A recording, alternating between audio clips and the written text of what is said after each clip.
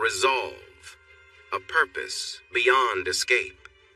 For the first time, I was free. After saying goodbye to my parents at Yosemite, I headed out to Interstate 5 and drove north. I crossed the Canadian border near Seattle and made my way into British Columbia on my way to Alaska. Dad and I had talked about starting a small flying business back in Texas. While I could have found a place for it in Texas, there were already many other airlines serving rural areas and bringing passengers to big cities. It would have been difficult. I wasn't interested in being a commercial airline pilot. I unfairly thought of airline pilots as just bus drivers in the sky. I wanted to fly small planes to places that hardly anyone visited, but I also wanted to make money. Alaska felt like the best place for that. In Alaska, I found a job quickly because everything was expensive there. I ended up flying small planes for a small company in Anchorage. Frederick Simpson owned a fleet of 6 otters he used to fly small groups of passengers to remote villages and deliver various goods. Working for Mr. Simpson was perfect for me. I gained experience in flying and running a small business. I'm not sure if time heals everything, but it does help cover up the hurts. The last couple of years had been quite something. I had caught my wife with her boss and his wife, and while I had let go of most of the anger, the end of our marriage still affected me. I also had many thoughts about what could have been with Mercedes and, to a lesser extent, Stephanie. Yet time was helping me deal with those feelings. Some memories still stung, but I was learning to accept things as they were. Almost a year after I arrived in Alaska, another birthday came around, and I had settled into a routine of flying almost every day. I had turned 31. In my father's words, I was old enough to know better but still young enough to take chances. I wasn't sure what those chances were, but it felt fitting. I flew an old but sturdy de Havilland single-engine Otter to a new spot on the northern slope of Alaska, taking 9 tourists to a small village called Barron. Someone had decided it was the perfect place for people to see huge caribou herds, a coastline filled with ice year-round, and oil drilling nearby. I had no idea why people would pay to see that, but they did. Maybe it was just the excitement of the experience. This village had a restaurant that served sandwiches and soup for lunch. The furniture was new and functional, but the food was a bit questionable. In this company town, I often found myself visiting the local cafe and restaurant. As I sat down to eat what was called a chicken salad sandwich, I had my doubts about whether it was actually chicken. I hoped the onion soup next to my plate would taste better than the sandwich. "May I sit with you?" a voice interrupted. I looked up and was happy to see a young woman I had met a few days ago. "Of course, Miss Kincaid, please be my guest," I said, standing up until she was seated. Having company always made lunch more enjoyable. Sharon Kincaid looked to be in her late 20s, maybe around 27 or 28. She was fairly average in appearance, not unattractive, but not striking either. With a little makeup, she might have looked quite nice. She was about 5 inches tall, and while her clothes seemed a bit baggy, I had a feeling she had a nice figure hidden underneath. Some of her clothing choices were likely due to the chilly winds outside, even in summer. However, it seemed she preferred loose-fitting attire. I wished she would choose outfits that showed off her long legs a bit more. I have always liked women with long legs. "Sharon," she said as she settled into a chair across from me. "Sharon it is," I replied. I leaned in and glanced around the room. "Okay, no one's listening," I whispered playfully.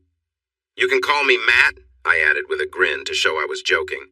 "Smart Alec," Sharon said, looking at her sandwich as if it held secrets about its ingredients. "Wow," I responded. "We had just a few hours together on the flight, and now in just a few minutes. It seems like you know me well." She shook her head and rolled her eyes at my silly banter, but a small smile appeared on her face, lighting up her features and easing the stress I noticed earlier. I liked that. We talked, starting with our meals and then moving on to different topics. Her eyes were warm as she relaxed. They were hazel, a color I had never seen before. She also had lovely hands, well-shaped and delicate. After lunch, since we both had no plans and nowhere to be, we decided to take a long walk around the site. We ended up back at the dining facility just in time for dinner. Overall, it was a pleasant day for both of us. I didn't sense that she wanted to leave, which made me feel good. It seemed like we had connected quite well. I had gone on a few dates after Mercedes and Stephanie returned to their dance group in Philadelphia, but nothing really clicked. The next morning, I met Miss Sharon Kincaid for breakfast. We spent the day talking and exploring a small part of Alaska. It was nice. I enjoyed learning about her. Her eyes sparkled as she spoke, and her cheerful smile was lovely. That evening, there was a dance organized by the resort in the restaurant. They cleared most of the tables and chairs, leaving just a few small ones around the edges. The middle of the room was now a dance floor with music from a DJ and a basic sound system. I arrived a bit late. I was flying the de Havilland the next morning and had spent a lot of time checking everything, making sure I had my navigation maps ready. There were many details to go over, and good pilots make sure to do all that before flying. When I got to the dance, I was surprised to see Sharon sitting alone at one of the side tables. I wondered why she wasn't dancing. There were many single men looking for partners, and Sharon was someone they would likely want to dance with. "Hi, Sharon, can I sit here?" I asked. I could tell she was happy to see me when her face lit up and she smiled warmly. She straightened up and motioned for me to sit down. Her smile was wonderful. She should do that more often. It made her eyes shine. She looked fantastic. She wore a blouse and slacks since skirts were not common in this area. Her long legs were covered, but she wore shoes instead of boots this time. I saw a glimpse of her ankle, which was nice. I ordered a Diet Coke instead of a beer. I wanted to be clear-headed for my flight. Sharon and I danced for most of the evening, taking brief breaks to chat while we sat at the table. Mercedes and Stephanie were professional dancers, and they had taught me a few basic dance steps during our time together. By then, I had become pretty good at keeping up with a lively partner. Sharon and I danced well together. I felt good being on the floor with her. Being with her was wonderful, and when the DJ announced the night was over, I was surprised at how quickly time had passed. I felt a mix of sadness and surprise on my face, and I knew she noticed. It pleased her to see that I didn't want the evening to end. We held hands as we walked back to her little cabin. After she unlocked the door, she turned to me and I wrapped my arms around her as if we had done it many times before. She tilted her face up and we shared our first kiss. It wasn't just a quick kiss, but it wasn't too intense either. It was nice. Her lips were soft, and I found myself wanting to kiss her again. Sharon, a bit shy at first, then more eagerly, put her arms around my neck and kissed me back. When we finally stopped kissing, she looked at me with a hint of worry in her eyes. "You know they call me the Ice Bitch Princess, right?" she said, clearly not fond of that nickname. I didn't know about that nickname and couldn't understand why someone would call her that. Holding her close, I looked into her eyes for answers. I noticed warmth there, but also maybe some sadness and loneliness. I understood. I felt a bit like that, too. I said softly, "Well, anyone who calls you that never really knew you, did they?" I kissed her again, and this one lasted longer, as did the next. I finally pulled away because I didn't want to push her into anything she wasn't comfortable with. "I have to go now," I said gently. "I need to get some rest. We're flying tomorrow." She nodded, understanding, and gave me another quick kiss, gently releasing her hold on me. I smiled and walked away. I didn't hear her door close, which made me wonder if she was watching me leave. I didn't turn around, though. As I walked to the small room I had in the hangar, I thought that I might have found a way to spend more time with Sharon if I hadn't left. But I was also sure I didn't want to rush things. I liked her too much to risk ruining what we had started. Just as I was about to drift off to sleep, I realized I had called her Honey, and she hadn't minded. The next day, we took off at 9:18 for Fairbanks, a flight of about 400 miles. The plane I was flying could travel a bit over 500 miles when fully loaded, so we were all set. There were 10 people on board, including me. The plane was a float plane, which meant it had wheels below the floats. This way, we could land on a runway or on water. I had not been trained on float planes for very long.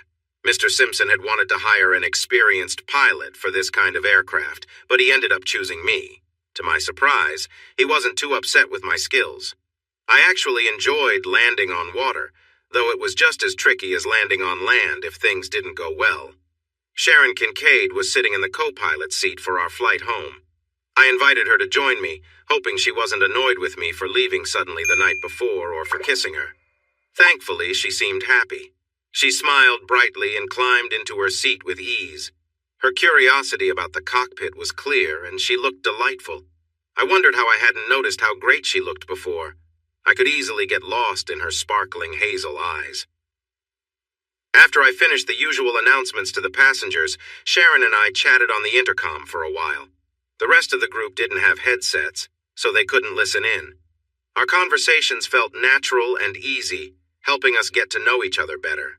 It felt nice. I had missed this kind of connection since Mercedes and Stephanie left my life. We were flying using VFR, meaning I could see the horizon and tell what position we were in. A thick cloud cover floated high above us, hiding the sun, and the wilderness below looked just like all the other untouched areas in Alaska. Around noon, I started to feel uneasy. Fairbanks is not far from where we were, and we had flown in that direction long enough that we should have been nearing the city. But we saw no signs of it. My unease grew. We should have been hearing radio communication and perhaps even spotting other aircraft coming into and leaving Fairbanks, but nothing came through. The visibility was not great, but still it felt strange. Fairbanks November Yankee 1-05, I called out to the Fairbanks air traffic controller, hoping to get in touch with someone. There was silence. I tried a couple more times, but no one replied.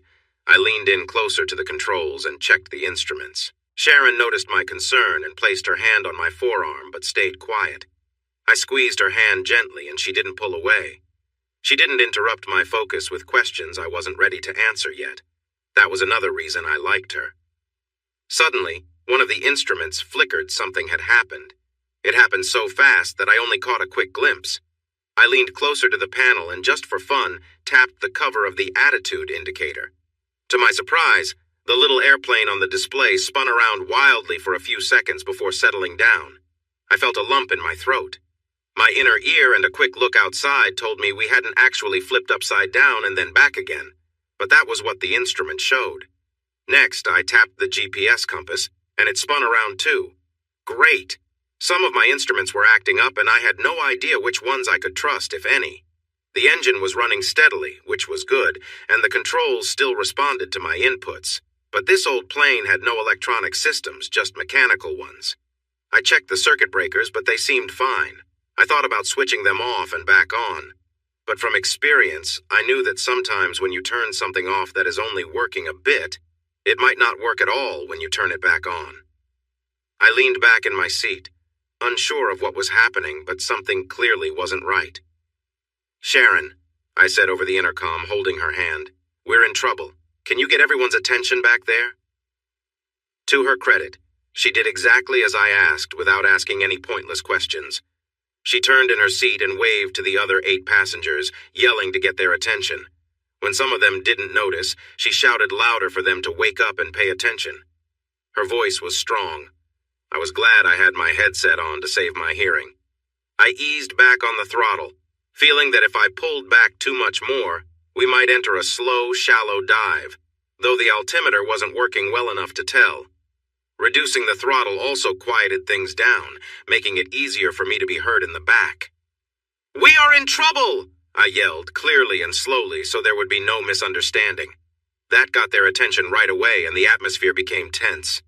"My instruments have failed. I can't tell which direction we are going or if we are going up or down. Nothing. That means I don't know where we are." Suddenly, we burst through the clouds and saw the sun again. I turned back to the controls. We were flying straight into the sun. This was not good. At this time of day, we were flying toward the east. Ahead of us was a huge range of tall mountains coming into view. I turned right without thinking and aimed for what I hoped was southwest. The sun isn't usually directly east or west where we were, but seeing it helped me guess our direction. Even a small change in course was better than sticking to the path we were on. "Hey everyone, we just realized we've been going east instead of south," I called to my passengers. "I still don't know exactly where we are, but now I have the plane pointed toward the cities and towns, so we're solving our problems step by step." And we were kind of doing that. Alaska has a low population and it's not very developed. Once, an Air Force plane crashed not far from the airport in Fairbanks, landing in a hard-to-reach valley. As far as anyone knew, no one had ever been in that area. This was close to Alaska's second-largest city. Going southwest from wherever we were was much better than going east into the cold north. However, it didn't mean we would reach a hotel in Fairbanks anytime soon. Even with the engine power low, we wouldn't have enough fuel for long. I needed to land this old plane somewhere before the engine stopped working. I preferred a safe landing over an emergency one. I adjusted the microphone to speak clearly. "Sharon?" I said to get her attention. "Yes?" she replied quickly, looking at me from the right. I could see she was calm. "Can you tell the people in the back what I'm saying for a bit? I need to focus on flying," I asked. "Sure," she said confidently. "Go ahead." "Okay, tell them we'll be out of fuel in about an hour, but it's not urgent right now, we have some time. Then ask everyone to look out the windows for a paved runway. I doubt we'll find one, so if not, look for a lake or somewhere with calm water that I can land on, okay?" She paused for a moment. I realized I'd said that a bit too nicely. I hoped she didn't mind the tone I used. Oops, I might have crossed a line. "Listen up," she shouted from the back of the plane. "Matt says we need to find a place to land. We don't have enough fuel. Look for some pavement or a lake.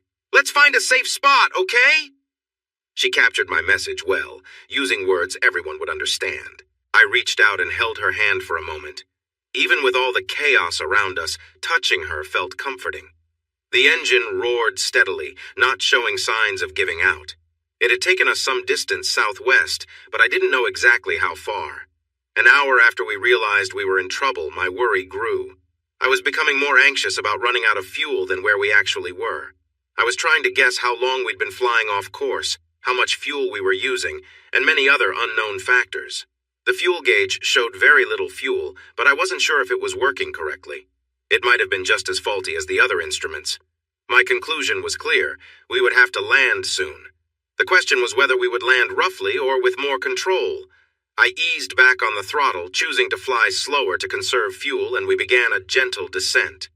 "There! Over there!" someone shouted loudly. I could hear him above the engine noise, but I didn't know who it was. "Where is there? What direction?" I asked sharply. Sharon relayed my questions to the passengers. "To the left," she said. "A bit behind us. Maybe at 7 o'clock, you know what I mean?"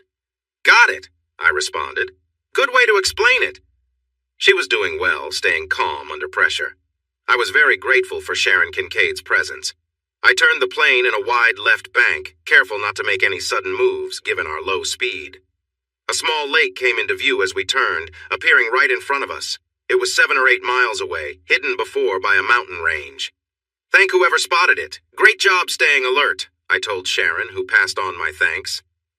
We flew over the lake. I pushed the throttle and made a sharp right turn to avoid getting too close to the mountain we had just passed, then slowed down for a gentle flyby. It looked good, really good. A clear highland lake sparkled below, surrounded by a forest of tall trees. I couldn't tell if they were pines or firs, but it was a beautiful sight with the unspoiled woods framing the lovely oval-shaped lake. The water was so clear I couldn't see anything beneath the surface, which was a great sign, no hidden obstacles to worry about. I made up my mind quickly, as that was how I liked to do things. "Okay, Sharon, let everyone know we're landing on that lake down there. Everyone, tighten your seatbelts and get ready." I caught her nodding out of the corner of my eye. "Okay, everyone," she shouted over the noise of the engine. "The captain has turned on the fasten seatbelt sign. Please make sure your seatbacks are upright and your seatbelts are secure. We're landing soon, so hold on tight." I couldn't help but smile. Sharon was an amazing person, and I enjoyed being around her, even in a plane that was about to land. I glanced her way, still smiling, and gave her hand a quick friendly pat. She smiled back, holding my hand for a moment before letting go so I could focus. I increased the engine power and turned the plane sharply to align with the lake. I lowered the flaps slightly, keeping the plane high enough to clear the treetops, hovering about 35 feet above the thick forest.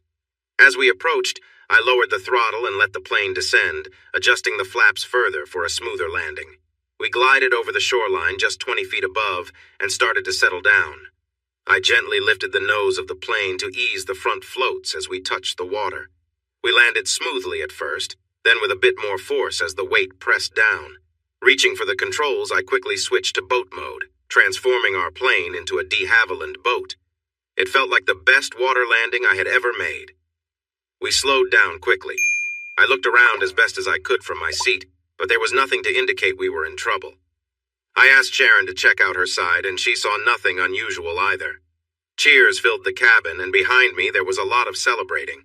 Sharon turned in her seat, sharing the excitement and high fives with everyone. We were all thrilled to be down safely. We weren't going to crash now, as long as I avoided the tree trunks floating around.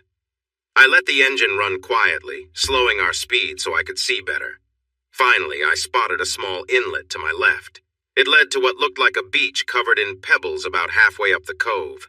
Moving slowly, we glided into the narrow waterway. A moment later, the front of the floats gently touched the mostly gravel slope. We were stopped.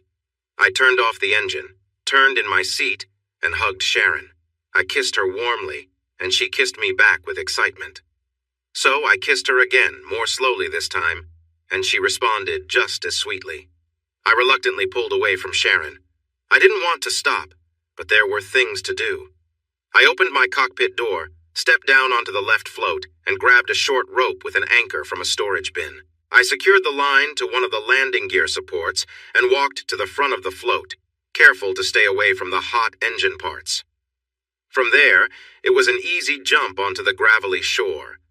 The pebbles were wet from the floats, but it was dry a short distance in.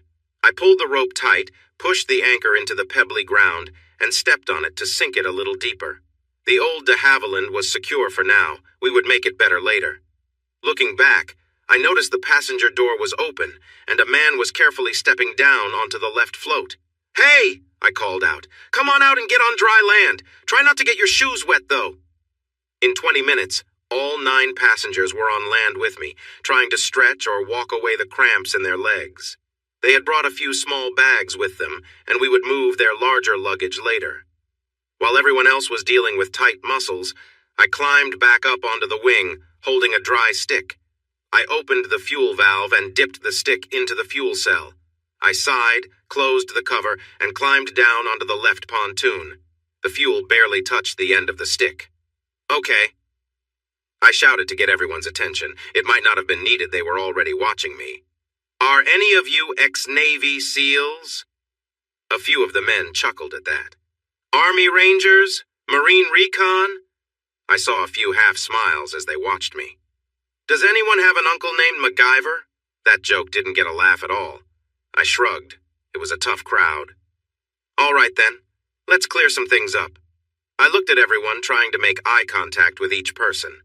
The not-so-good news is that my tools stopped working, and I don't know when that happened. This means I can't tell where we are or where the nearest town is. The batteries in the plane are fully charged, but the radio is broken and I can't fix it. Does anyone here know anything about electronics? No one raised their hand. Okay, does anyone have a satellite phone? Nope. Nothing was going to be easy. All right, that's the bad news. The good news is that we're all still alive, and not one of us has a scratch on us. Second, all bush planes have a survival kit in their tail section, and I've made sure we have all the usual supplies, plus some extras that should help us a lot, I told them. We've got flares, a bit of freeze-dried food, and survival gear like traps for small animals and nets for fishing. I also carry a gun for protection, and I have a rifle too, so we can rely on nature and take care of ourselves while we wait for rescue teams to find us. Everyone thought about this for a moment. I didn't mention that the chances of a rescue team finding us were very slim. After hours of flying over the same empty Arctic landscape, I knew we were off course. Anyone looking for us would start along our planned route and search a bit on either side. They would need to go slowly. It's nearly impossible to spot a small person or even something the size of our plane from the sky. I was quite sure we were truly lost, completely off the map. I decided to let everyone adjust to the wilderness for a couple of days before letting them know we might have to walk out and find help ourselves. We kept busy. We set up 2 anchor lines, looked for useful items in the plane, and scouted the area, which took most of the afternoon. Before we knew it, evening was upon us. One of the guys explored the nearby forest and found a nice clearing about 50 yards inland where we could set up camp for however long we needed. We left the old otter where it was. It would be fine. At our new campsite, there was a small, slow-moving spring nearby with icy cold water. Downhill from the camp, we dug some holes to use as bathrooms. I sent everyone except Sharon to gather fallen branches and wood for our fire. Sharon and I worked together to clear a section of the forest floor, making it tidy and free of dry pine needles and other plants. Then we gathered rocks from the edge of the lake to create a safe fire pit. I had a steel and flint fire starter in my survival gear, along with a pack of 6 colorful plastic lighters and 2 larger lighters with a camouflage design. I opened the packs and gave out the lighters, reminding everyone to keep them in a secure pocket. Being able to start a fire at any time would be really helpful for us.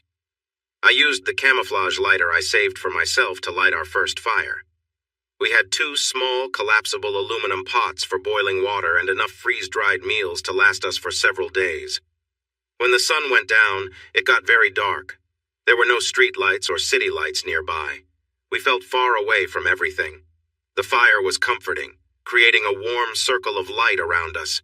We huddled together to talk and get to know each other better, slowly becoming a team. We were no longer just travelers.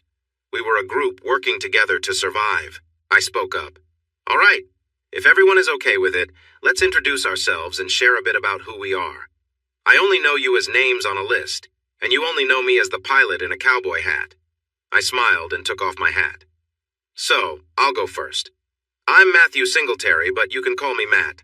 I'm from Texas and have been flying since I was a teenager, thanks to my uncle. I came to Alaska to fly the small planes that serve the remote areas. I used to run a business before coming here, but I left that life behind and don't miss it at all. I pointed to someone nearby.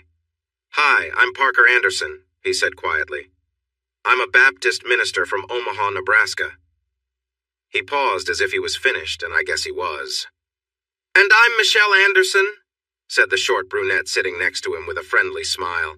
I run everything in Parker's ministry except for the sermons. This brought some laughter. It was a light moment, and both Michelle and Parker smiled, clearly enjoying their shared joke. The others introduced themselves next. April and Ryan Delaney were from Waycross, Georgia, where Ryan owned a small business for the logging industry. April worked as a hostess at a nice restaurant. Lyle and Penny Martin came from Albuquerque, New Mexico. They both worked in banking. They met at a bank where Penny worked as a cashier and Lyle was a loan officer. Spencer and Wendy Carlisle owned a successful river rafting business in Colorado. I'm Sharon Kincaid. She introduced herself when it was her turn. I live in Anchorage. I only do some volunteer work here and there, she explained. People call me the Ice Princess, but that's not true. I'm just very selective about who I spend time with. She looked around the group. I think I'm going to like everyone here. No foolishness at all. She smiled, but her eyes didn't show much joy. After a few more words, she went quiet. I looked around the group and then up at the sky. The stars were shining like tiny diamonds in the dark. Okay, let's find out which way is north, I said thoughtfully. There's the Big Dipper, there's the little one, and that star at the end of the handle is the North Star. We should mark. Sharon was pulling a long, straight branch and laid it down near the campfire. I took a shorter stick and made small marks in the earth to show east and west. In the morning, we would know roughly where we needed to go. After talking for a while, I collected some small branches to prepare for my sleeping bag. Sharon returned to the fire-lit area and watched as I set up my gear a few yards away from her tent. I had a sleeping bag made for cold weather in my survival kit, but I didn't have a tent. Everyone else had sleeping bags and lightweight tents from their trip to see the caribou. Not having a tent didn't worry me much. The tall trees around us would help shield us from any rain. What are you doing? Sharon asked with a hint of amusement in her voice. Oh, well, the branches and leaves will keep me off the ground and they'll be softer than bare earth, I replied. I know that, Sharon said a bit impatiently. I have some under my sleeping bag too, she continued. And it's inside a tent, she added. Don't be silly. Get in the tent where you'll be dry and can actually sleep. Oh, I'll be fine, I answered. The trees will block most of the rain. There won't be any rain inside my tent, Sharon replied calmly. Her face was lively, and even in the soft firelight I could see she was a bit pink in the cheeks. Her eyes were wide as she dealt with someone she had previously called a fool. With her hair blowing softly in the gentle breeze, she looked beautiful. Yes, dear, I said with a smile. She laughed lightly, and it didn't sound mean. A small smile appeared on her lips. I picked up my sleeping bag, walked to her tent, and put it inside. I sat down on a tree limb to pull off my boots. and Sharon had already removed hers. She crawled into the small tent, making herself comfortable. As I started to climb in, she tossed my sleeping bag back out. "Hey," I said, not really having anything else to say in the moment. "Don't need it," she replied matter-of-factly. "We'll be warmer this way, and there's no room for an extra sleeping bag in here." Peeking inside, I could see that she was right. There was barely any space. "Right," I muttered. "I heard that," she teased. I crawled into the tent, finding her double-sized sleeping bag covering the entire floor. Sharon was handing me the clothes she'd worn all day. "Could you hang these outside on a branch or something?" she asked. Without saying much, I took her things and draped them over a low limb nearby. I turned back as she called my name one more time. "You should hang up your jeans and that itchy shirt, too," she added with a smile. "Everything works better for warmth this way." I understood enough to know that layers work better up close, and it was getting cooler out here. I slipped off my jeans and shirt, leaving on my socks and boxers, and crawled into the tent as quickly as I could to stay warm. After a moment, I tossed my socks outside too and zipped up the entrance. I adjusted myself on the sleeping bag floor to find her already settled, turned to face me, and offering a comforting, warm smile. "Come on, Matt," she said simply. I slid into place next to her. She pulled the sleeping bag cover over both of us, turning slightly so we could share the warmth. She reached behind me and pulled the sleeping bag up to cover us. I lay on my left side looking at her while she faced me from her right side. We were close to each other, as if we had been doing this for a long time. Her arms rested around my neck. We spent a few minutes sharing soft kisses that felt nice without being too intense. My left arm was under her neck and my right arm was around her shoulders. "You know," she said quietly, "if you had asked me in a better way last night, you could have joined me in my sleeping bag." I wasn't sure what she wanted to hear, so I told her how I felt. "I want our first time to be something we both choose when we know it's right. We probably won't need any special words for that," I replied softly. Sharon propped herself up on her elbow and looked into my eyes in the moonlight. She seemed to find what she needed. After a gentle kiss, she lay back down with a happy sigh. We slept peacefully in each other's arms and woke up in the same position, sharing more kisses. "Hey, Matt, what should I do with this big box?" Spence called out. He preferred to be called Spence instead of Spencer. He was in the back of the Otter trying to save anything useful from the inside of the airplane. At first, I wasn't sure what he meant. Then I saw him lift a large package from the last seat in the cabin. It looked somewhat heavy. I adjusted the weight on my hip. A lot of people in Alaska carry items for protection, but I was still getting used to it. "I have no idea. Bring it here and let's see," I replied. I recalled that the box was given to me to deliver to an old friend at a drilling company in a nearby area. When I tried to reach him, I learned he had already left 3 days before I arrived, so now I needed to bring the box back with me. When Spence opened the package, we found it filled with bars of soap and toothpaste. We divided the items and added them to our backpacks. On our second day, we continued to settle into our new spot in the wilderness. Reverend Anderson, who asked us to call him Parker, was very enthusiastic about fishing. He took charge of the gill nets in my survival gear and caught enough fish for dinner. He caught so many fish that we could have fed a bigger group, so we didn't have to touch our precious freeze-dried meals that night. We all felt comfortably full. That night, Sharon and I shared her sleeping bag and tent again. None of the married couples seemed to notice that 2 single members of the group were getting along well. It was a nice setup for me, and I think Sharon felt the same way. The next day marked our 3rd day of survival in a remote area that could be Alaska or maybe northwestern Canada. It felt similar to the day before, except people were starting to get restless.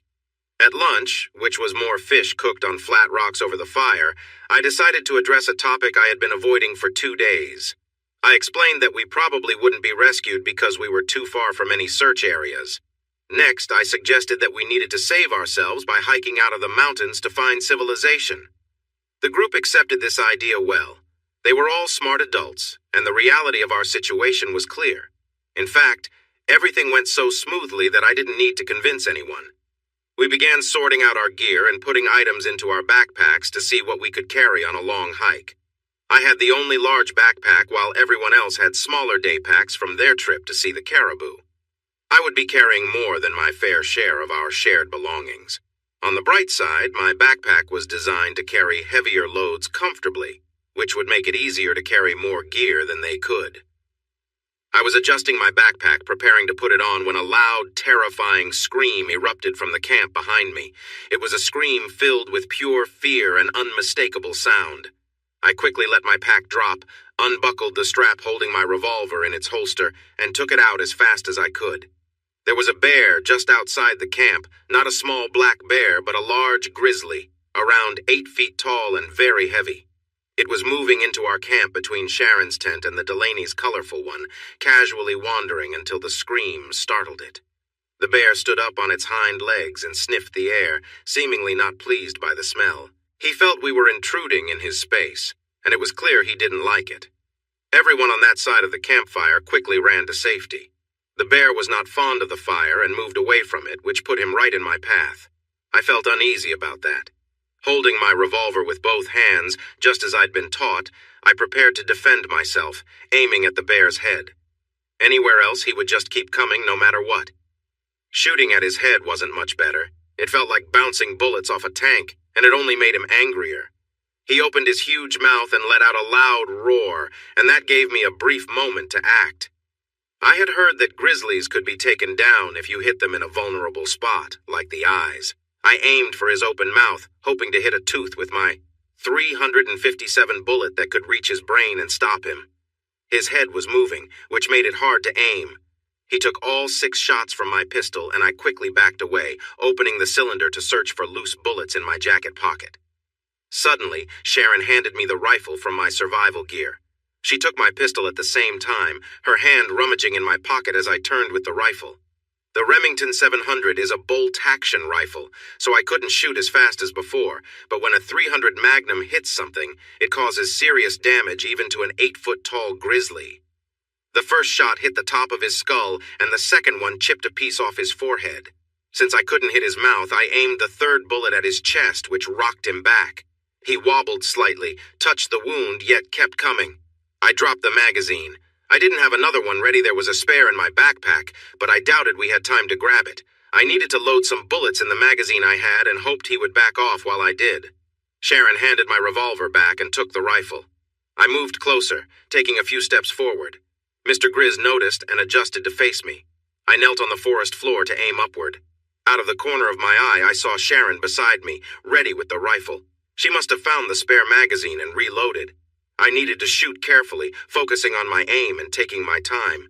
I squeezed the trigger as the big bear slowly moved closer. I believed the bullet hitting near his heart would be deadly. It just wouldn't be quick enough. My next shot went in right at the upper gum line and angled upward, hitting just as I needed it to. The grizzly collapsed, his brain incapacitated. The large animal dropped heavily to the ground, landing about 12 feet away from where I was crouched. An hour later, we decided to pack up and leave the campsite behind for good. I mentioned it as an option, but everyone quickly agreed, and we began packing up right away.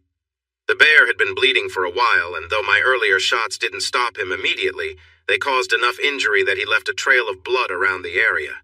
The scene was a mess, with blood pooling under the bear and splashes of it marking the ground around him. It was clear that scavengers would pick up on the scent soon, and none of us wanted to stay around to find out. We took down our tents and stowed them on top of our backpacks, just as we'd practiced. All our other supplies were packed away or tied to our bags. Without lingering, we started moving southwest, heading toward a peak visible on the horizon. We kept moving until the sun dipped low in the west. After stopping for an hour, we built a small fire to boil water from a nearby creek. Once the water was ready, we poured it into our freeze-dried food packs for a quick meal. After we finished, we put out the fire and continued walking for another hour until the fading light made it hard to see where we were stepping. As darkness set in, we cleaned up as best we could in the creek, the soap from our supplies helping to lift our spirits a little. We found a clear hilltop close to our route and set up camp there, choosing it because it offered a clear view and reduced the chances of animals sneaking up on us. Gathering firewood, we built a larger fire not because we needed the warmth, but because the light helped us feel safer in the vast wilderness around us.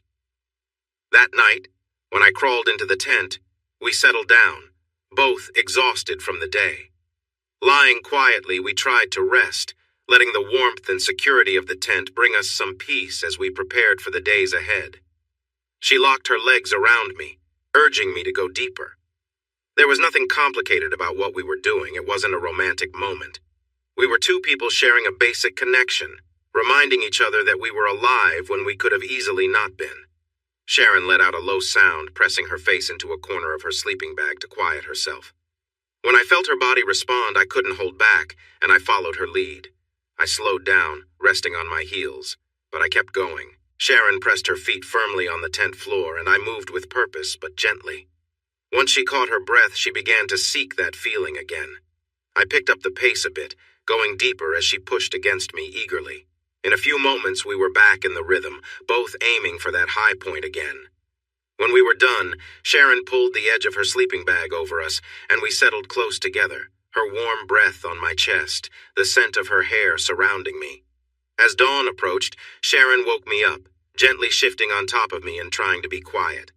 When we both found that moment, she leaned forward, and then we drifted back to sleep. "We'll need to share your sleeping bag tonight while mine dries out," Sharon said with a playful smile the next morning. "But mine is just a bit small, not like your big one," I replied. "So?" She giggled.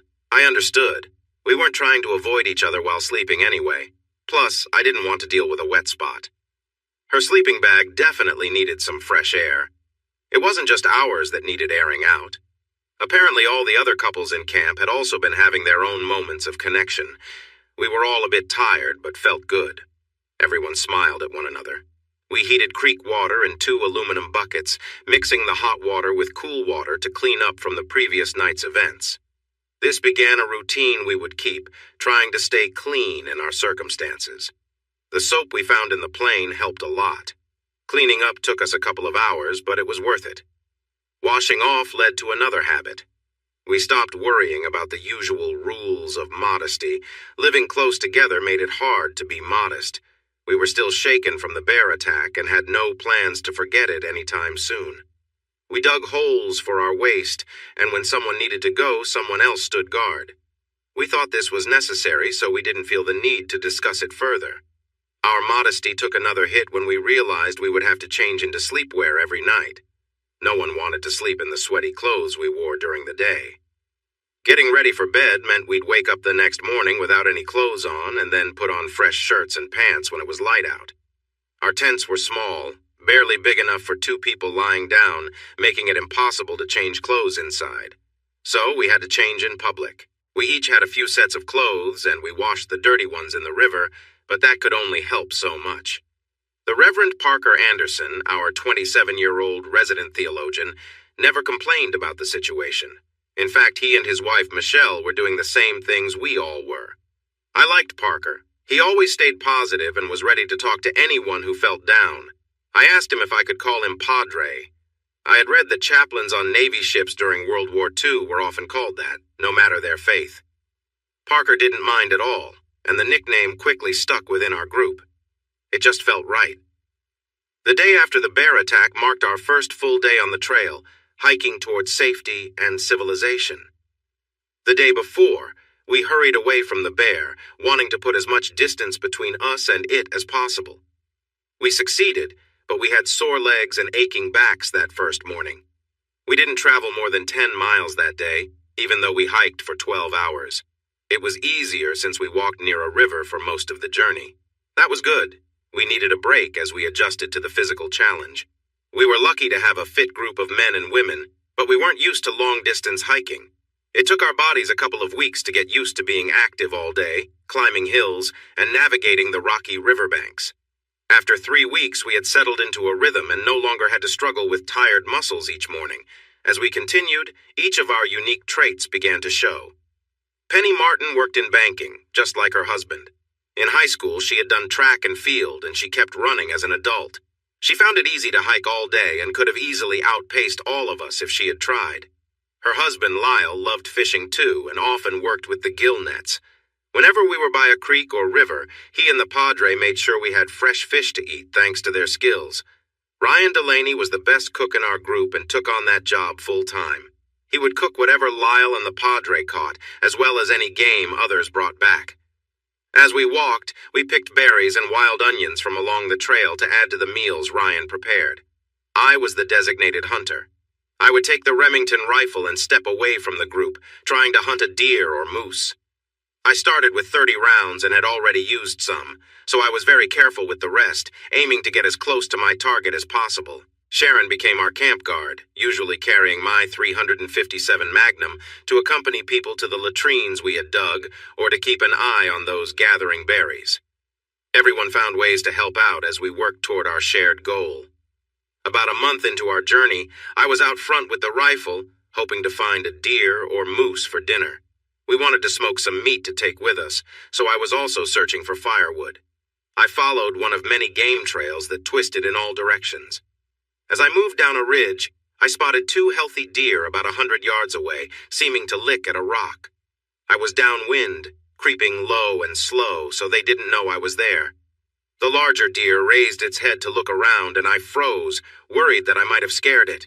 Crouching behind a small boulder, I had a clear view through my scope and knew just where to aim. The big deer took a few steps toward me, and I stayed calm. I took a deep breath, exhaled, and gently squeezed the trigger.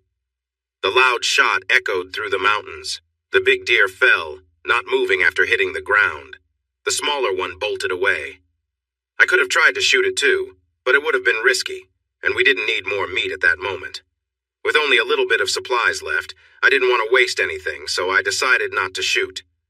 I walked down the slope to the dead deer and took a closer look. The rock it had been licking was a few yards away, untouched by the mess from its death. Then it hit me.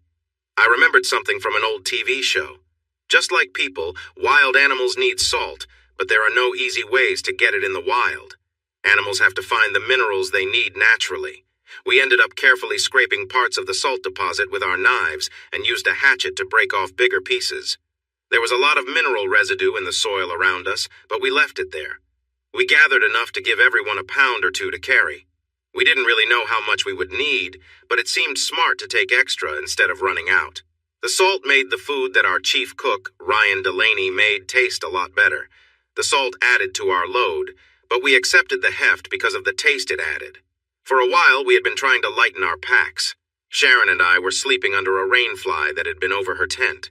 This way, we didn't have to carry the weight of the tent and rain protection. We had gotten rid of my sleeping bag and were only using her larger one to save more weight. Everyone else was doing the same. We kept all of the supplies for my 2 guns, a couple changes of clothes, and now the salt, but everything else was optional. We were becoming a tight group of hikers moving through the wilderness. "Do you have something to say to me, Matt?" Sharon asked softly one cool night as we sat together in the dim light. "Maybe 3 little words?" she joked. We had been getting closer over time. We had shared moments before, so we were getting to know each other in a different way. We talked almost all the time, sometimes forgetting the others were there, and spent an hour each night softly conversing in our sleeping bag. Well, I thought. Oh, I know. It's going to rain? Oh, wait, that's 4 words. I looked out at the twilight visible beneath the rain cover. Oh, I know. It is raining. Yes, that's 3, I teased back. We were close together, and I was cuddling against her back when her elbow playfully bumped my side. Try again, she said with a smile. Oh, I'm not sure, I replied, wishing I had some protection for my ribs. I rubbed the spot where she had nudged me. Well, there is, no, I couldn't say that. What? She asked impatiently. I was just thinking. I could say I love you, but you already know that. It would not be anything new for you to hear. I don't know how she managed to turn towards me so quickly, but she did. Say it again, she urged softly after a quick peck. I love you, Sharon Kincaid, I said to her. This time the kiss was gentle and longer, filled with warmth. I love you, I repeated. I really enjoyed these kisses. They felt like everything I needed. Why haven't you said that before? She asked. Why didn't you? I replied, sending the question back to her. She leaned close for another sweet kiss. Because the boy has to say it first, she said with a giggle. Are you serious? Here we are in the 21st century and you can't say, I love you first? I asked in disbelief. Nope, she replied firmly. It has to be the boy. Well, I said it now, I pointed out, and you still haven't said it to me. She pressed her lips against mine and climbed closer, wrapping her arms around my neck. I love you, Matthew James Singletary, she said softly and kissed me again. I love you so much. For a while we didn't say much, but we understood each other perfectly. Eventually she lay beside me, snuggling into my chest, our legs tangled together. I have 4 more words to say, I offered gently. They come right after those 3. What are they? She asked sweetly. How about I love you and will you marry me? Sharon was a strong woman, and after our time together she seemed even stronger. As I finished speaking, she leaned over me, arms tight around my neck, pressing her lips to mine with tears in her eyes. After a moment I had to pause and catch my breath. You could just say yes, you know, I suggested. Yes, honey, she whispered. Yes, now and forever. Would you marry me tomorrow if we could? I asked. Yes, she murmured close to my ear. I turned my head just enough not to yell in her ear. Hey, Padre, I called out. Yes, Matt? Can you marry someone without a marriage license? I asked. He hesitated for a moment. I think so, and it would be recognized by God, but you might need to check with the laws in Alaska. How about you marry Sharon and me tomorrow? I'll pay the fee when we get to the next town, okay? Okay, Padre replied. Right after breakfast, I said, confident he could hear my smile. Finally, someone commented. I think it was Spence Carlyle. His wife, Wendy, was a lively woman who often reminded him to be polite. Early the next morning, after a breakfast of leftover deer from the night before, Padre held a small ceremony uniting Sharon and me in marriage. We were on a ridge, overlooking a river valley with snow-covered mountains behind us. It felt like a sacred place. I gave Sharon a wedding ring I'd carved from a piece of pine using my pocket knife. It wasn't fancy, but it was meaningful. She seemed to value the gesture, and I think that's why she had tears in her eyes. Luckily, she didn't scold me for being bold, which was always a plus. We continued on, moving slowly in a southwestern direction. Every night we checked the North Star and planned our path for the next day. Days turned into weeks, then a month. We walked on and on. I lost track of how far we traveled because we often had to go around steep rock faces, avoid tricky mountain slopes, or find safe spots to cross rivers. There was always an obstacle in our way. It was mid-August. Our plane had landed in early May when we arrived at another wide river. It was too deep to walk through, so we needed to build a raft to cross. We had done that twice before, so we knew what to do. We just needed to find the right logs. Logs are heavy, and carrying them is challenging. We needed to look for a spot where the trees were close to the water to make it easier. I turned my back to the river to look at the trees behind us. I was almost convinced we might need to move further up or down the bank to find better logs when Sharon gasped. She hurried around behind me, reaching into a pocket on my backpack. What are you doing? I asked. She didn't answer. She unzipped the pocket, pulled something out, and dashed toward the riverbank. I turned to see what she was up to. There, not 50 yards away on the river, was a small boat, about 20 feet long, painted bright blue and gold, like the Alaska State Troopers' colors. The person steering the boat had likely seen us. We stood in plain view on the bank, but I wanted to make sure. I pulled out my .357 and fired 3 quick shots into the air behind us. I thought the loud sounds would definitely catch the man's attention. Sharon made sure of that. She pulled out the flare gun I'd been carrying since we left the float plane on that distant lake. She aimed at the nearby patrol boat and fired almost straight ahead. The bright red flare shot out, heading straight for the small boat. The pilot saw us and the flare very clearly. The loud noises made him more alert, and the bright flare showed exactly where we were. He waved and turned the boat towards the shore where we were waiting. Then he realized the flare was coming down, right towards his boat. He saw it getting closer. At the last moment, he ducked down to avoid it. The flare went over the boat by several feet, but he couldn't know that when he needed to make a choice. "Hey, stop that!" he shouted when he came back up. "I see you! Give me a minute to get there!" We all laughed on the riverbank. It felt great to laugh about something good happening after so long. I hugged Sharon tightly, kissing her joyfully. The Alaska Wildlife Trooper, that was his job title, made a long call to his boss, using his satellite phone. I noted to myself to get one of those for emergencies away from the city. Trooper Adams shared our names and details with his supervisor while I guided him. He arranged for a large helicopter to bring us back to Fairbanks. It turned out our journey from the wild to the town wasn't too bad. Even if the trooper hadn't found us, we would have come across roads to small towns soon. Those roads would have been just a few days away along the river. That felt good. We were just a normal group of people. But we had done something amazing. We had saved ourselves. Sharon once mentioned her father had some money, but I never asked how much. It didn't really matter to either of us. It seemed her father had quite a lot of money, and his property helped us right away. He owned a large, nice hotel just outside Fairbanks. After the state troopers were satisfied with the initial report about my plane landing and how we managed, we got a ride from a kind secretary in their office who lived near the hotel. As we walked into the lobby, we instantly felt out of place. Our clothing was worn out and a bit ragged, and we smelled pretty strong. Out on the trail, we blended in because everyone else was in the same boat. But in this fancy hotel lobby, we clearly stood out. We paused for a moment, trying to figure out how Sharon would reach someone in her father's business world. It was the second day of September, and we had been missing, presumed dead, for almost 4 months. We weren't quite sure how to say we were back and ready to live again. Sharon solved that problem quickly. She spotted a tall woman in a dark gray business suit and a white blouse walking towards us, followed by a group of other professionals. "Teresa!" Sharon shouted. "Teresa! Over here!" The woman didn't look our way. She heard Sharon because I saw a few people in her group turn to look, but the woman didn't respond. That really upset Sharon. "Teresa Cunningham, you need to pay attention to me," she yelled. That certainly got a reaction. The woman turned, surprised, and quickly found an angry Sharon. Her mouth dropped open, and a shocked look crossed her face.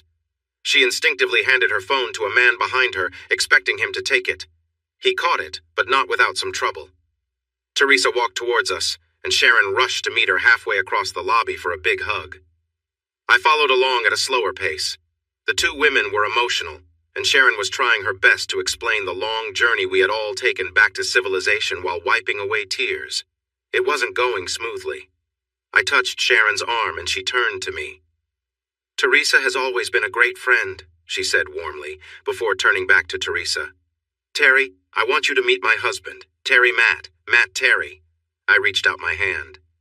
"Nice to meet you, Miss Cunningham," I said, remembering how Sharon addressed her earlier. Teresa seemed a bit confused. She looked from Sharon to me and back several times. "Sharon? Husband? Oh my gosh, when? How? I mean, where did—" Sharon saw her confusion and took pity on her. "Terry, there's a lot to catch up on, but for now, could you help us get a room? We're tired and really need a shower." "Yes, maybe even 2, I added. Sharon smiled up at me. "Maybe more," she said. "Oh yes," Teresa replied. I couldn't tell if she was reacting to our strong smell or to Sharon's suggestion.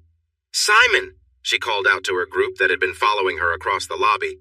"Put Sharon Kincaid, put Mr. Kincaid's daughter and her husband in the penthouse. Now!" Simon seemed to be the hotel manager because he quickly approached the check-in desk, talking fast and making hand gestures to the hostess. Moments later, he returned with a key card for us. He gathered the 3 of us and led us to what appeared to be the VIP elevator. Before the doors opened, he swiped the card on a device next to it. The elevator stopped on the 15th floor, and Simon guided us to a pair of tall double doors that opened into a large suite. Inside, Sharon and I sat on one of the 3 sofas in a sitting area, which was a few steps down. Miss Cunningham was on another sofa, facing us. I felt a bit uneasy because I had been sitting on hard surfaces for months. I promised myself to get used to being comfortable again. "Risa," Sharon started. It seemed she and Miss Teresa Cunningham were friends before all the recent events. "Risa, Matt and I, we tried using our credit cards, but they've all been canceled. I think Matt has a few bills that got wet, but I have no cash at all. Could you ask Uncle Cal if we could get a couple of company cards until we can until we can get our lives back in order?" "Oh," Sharon added, "and I need to call Mom and Dad to tell them I've returned home." Teresa went bright red. "Of course, dear," she replied quickly. "I'm so sorry. I've just been shocked, and I can't think straight." She looked embarrassed for not having suggested those things sooner. "Here, sweetie," she said to Sharon, handing over her phone. It's unlocked. Your parents' numbers are saved. While you talk to them, I'll call Cal and get things started, okay? Sharon took Teresa's phone and scrolled through the contacts to find the number she wanted. This left me and Miss Cunningham looking at each other. We studied one another for a moment. Teresa Cunningham was a striking woman, probably in her early 40s. She had dark eyes and calm features. Her raven black hair was almost shoulder-length, framing her kind face. I guessed she was a high-ranking executive based on her confident presence. I leaned closer to her while Sharon was on the phone with her mother. "Miss Cunningham," I began. "Please, call me Teresa," she said with a warm smile. "Then I'm Matt Matthew James Singletary, to be exact," I replied with a smile of my own. "If I may. Could we, Sharon and I? Is there any way to get a line of credit or something from the shops on the lower level? We'd gladly pay it back as soon as we can. We both really need some clean clothes. We're starting to feel uncomfortable, not just for ourselves, but for everyone around us." "I'm sorry, Matt. This is so frustrating. I'm better than this. I'm just in shock." She stood up and walked to a small table by the door. She picked up the house phone. "This is Miss Cunningham," she said when the front desk answered. "Do you know who I am?" "Good. Do I need to ask for Simon Humphrey, or can you help me?" "Great. Could you please find Mr. Charles and Miss Reardon and have them come to the penthouse right away? Also, can you arrange for lunch to be sent up for 3? Something big, please, big portions, all right?" She looked at me and raised an eyebrow. "Big portions? For 2 very hungry people," I joked with a smile. "And lots of drinks. But no plain water. We've had enough of that for a lifetime." She smiled at that and started to relax a bit. She passed on the final details to the person on the other end. "Yes, that will be all for now, thank you," she said, hanging up. She pressed a button and listened for a moment before dialing again. "Donna," she said once she was connected. "Is Cal available?" "Yes, please interrupt the meeting. This is really important. I'll wait." It was only a few seconds. "Cal, if you aren't sitting down, you should sit. You won't believe this Sharon Kincaid is alive," she exclaimed to Cal. "Yes, I'm here in Fairbanks in the penthouse suite with her and her husband right now. Yes, husband." She glanced at me and smiled slightly. "I don't know, Cal. There's so much I still don't understand." She looked at me again. "Maybe temporary credit cards or a cash advance?" I suggested quietly. She nodded in agreement. "Cal, can you arrange for a couple of corporate cards for Sharon and her husband Matt Singletary to use until their personal cards are back?" "Yes, Singletary. Matthew Singletary. Perfect. And can you have them delivered by courier? That would help. Oh, can you also call Mr. Kincaid and share the news? Awesome. No, that should be all for now. Thanks so much, Cal. Goodbye." "Hi, Mom?" Sharon said into Teresa's phone. There was a long pause. "Mom?" She waited a moment more, then pulled the phone away from her ear and looked at the screen. "Mom?" she asked again, then sighed loudly. "Hello?" She looked at me, clearly confused. She answered, Sharon explained, and then there was just silence. "Hello?" "Yes, Jenny. It's Sharon. Yeah. Yes, it's me. We all just walked out of the mountains after the plane crash." "She fainted. Mom fainted," Sharon told us quietly, while she listened to the distant voice. When I was about to say something about her comment, she waved her hand at me and stuck out her tongue with a smile. Since our return to civilization, I had been getting increasingly annoyed when people called what happened a crash, because that was not the right word. Sharon knew it was bothering me. I turned my focus back to Teresa Cunningham, who was observing me too. "So, Miss Cunnin Teresa," I corrected myself. "What do you do for Mr. Kincaid?" "I'm a consultant of sorts. I travel to Mr. Kincaid's various businesses and offer management help," she replied. That rang a bell for me. I nodded to show I understood. "Sounds a lot like something I did in a past job," I said. "My boss called me his paladin, sent out to find the troublemakers and figure out who was stealing money and, well, things like that." I smiled. "Really?" Teresa replied politely. "We should sit down and share stories sometime," she joked. She clearly accepted me and saw me as someone similar. That was nice. I'd been wondering how I would fit in with Sharon's friends. On the flip side, Teresa might still be a bit shaken from seeing Sharon alive again and could still be controlling her feelings. She might be a serious businesswoman after all. "Mom!" Sharon shouted. Yeah, it's me. No, I'm fine, really. We are in Fairbanks, at Daddy's hotel. Yeah, they're taking great care of us. She was a bit annoyed, but then she brightened. Yes, I do have someone I want you to meet. She smiled. When you get here, Mom, you'll like him. They talked a little longer before Sharon hung up. She looked around happily. Mom's going to book a flight here. She's in Florida, and she doesn't know when Dad will be back. What is Dad doing in such a far-off place, Teresa? She asked, confused. Honey, I have no idea, Teresa admitted. You'll just have to ask him when he arrives, she added. The two of them settled in for a long talk, catching up on their friendship before Sharon went on her adventure in the North Slope. I listened for a bit. All right, I finally said. I don't know about you two, but I feel a nice hot shower calling my name, and I can't resist any longer. I smiled as I stood up. Ooh, Sharon sang happily. Me too. Wait for me, babe, she exclaimed. Teresa, she said, turning to her. Cunningham. My husband and I need to clean up a few months of dirt. It might take a while, just so you know. She looked at me briefly before turning back to Teresa. And if we find something nice under all that mud, we might stay a bit longer, okay? She said, hinting at things not said openly. I'll call and have lunch brought in, Teresa said, glancing at her watch. How about exactly 12 noon? That will give you almost 2 hours to clean up. How does that sound? I looked at the clock on the wall and gave Teresa a quick thumbs up. I hurried to catch up with my wife as she headed for the big bathroom. I arrived just in time to help pack clothes we wouldn't wear again into plastic bags we found in the closet. We would find a fire pit for them later. A bit past noon, Sharon and I came out of the bathroom wearing fluffy white robes. On the table near the balcony door, we found 2 large trays filled with food and drinks. A couple of young interns that Miss Cunningham had called for were standing nearby. Sharon and I invited Charles Mallory and Samantha Reardon to join us, and soon, the 5 of us, including Teresa, were enjoying thick sandwiches and big bottles of soda things that Sharon and I had only dreamed of while hiking in the mountains. Charles and Samantha were interns, not paid any better than most interns, and they likely wished for a feast like this one too. Teresa made Charles and Samantha our personal helpers, and they did an excellent job in my opinion. They quickly found my parents' location and phone number because I didn't have it.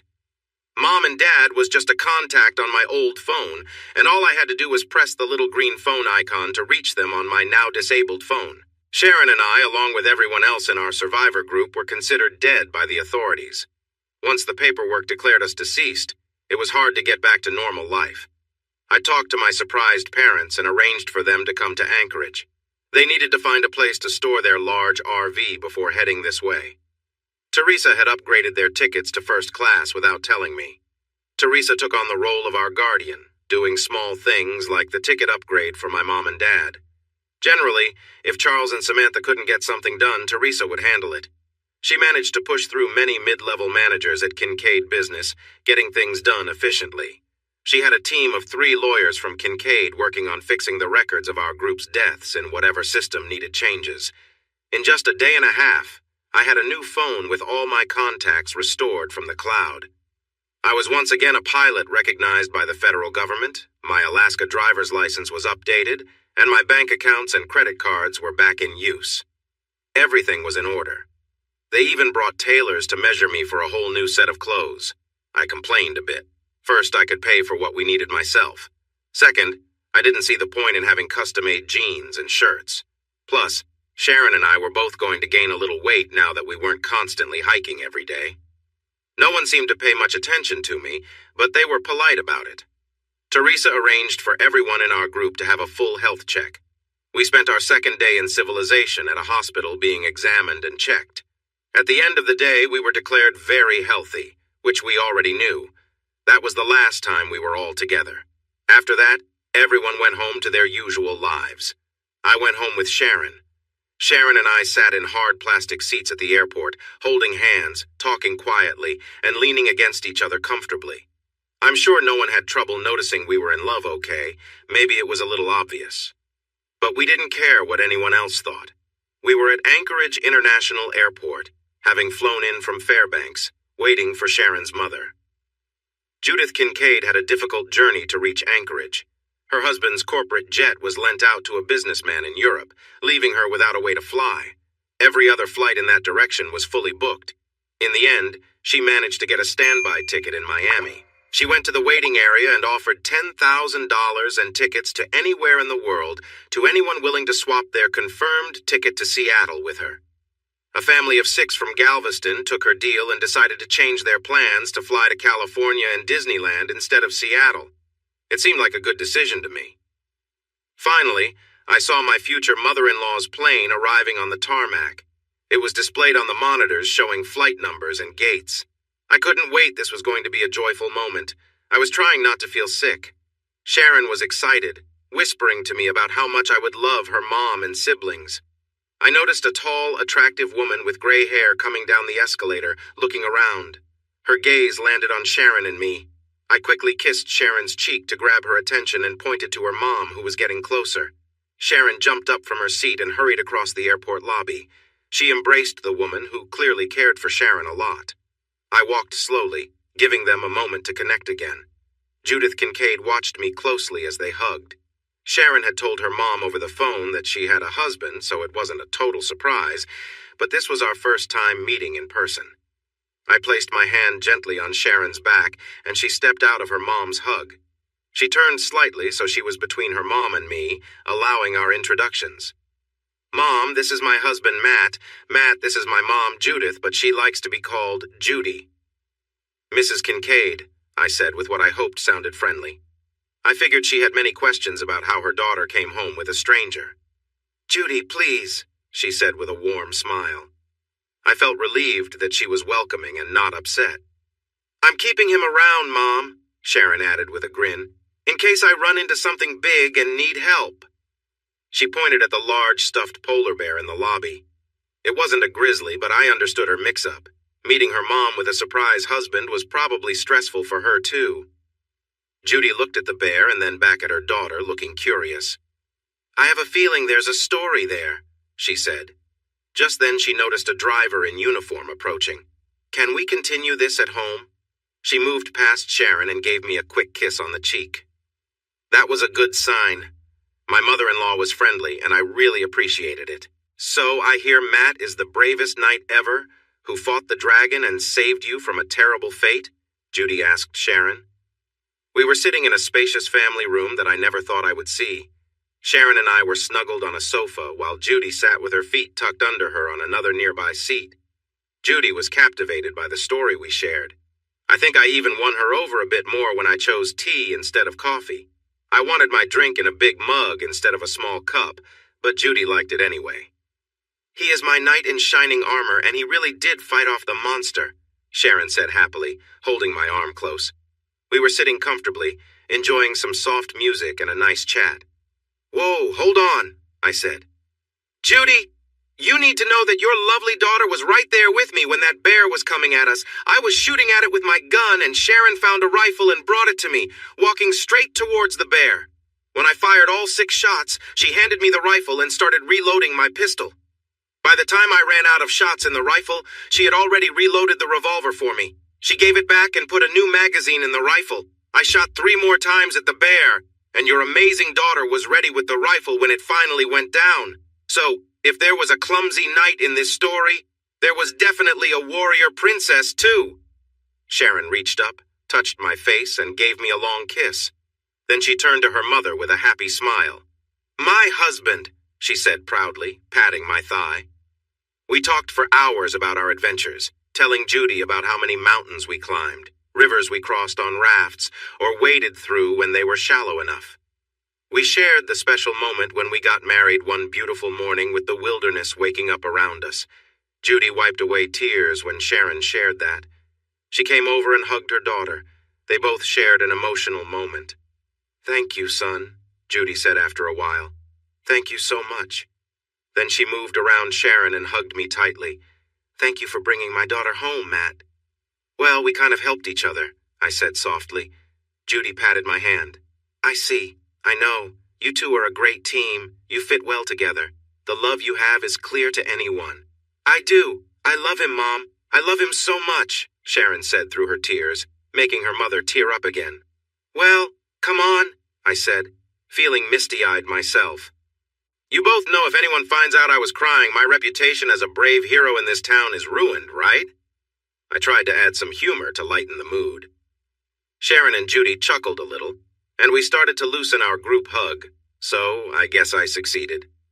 I hope you both know that everyone I know will hear about your romantic trip, and about you defeating that tricky bear, and how you two care for each other. The whole state will know about it before I'm done talking, Judy promised. "Aw, Judy," I started to say. "Mom," she cut in with a bright smile. "Aw, Mom," I replied, then paused. Both women looked at me, waiting for me to continue. I shrugged. I have no idea what I was going to say, I confessed with a sigh. Lost my train of thought. They both laughed at me. I was just a guy, after all. We hugged again and settled down for more tea and stories from our adventure. My mom and dad arrived the next afternoon, and Mr. Kincaid was expected soon. Sharon, Judy, and I went to the airport to meet them and brought them back to the Kincaid home. We settled my parents in one of the guest rooms.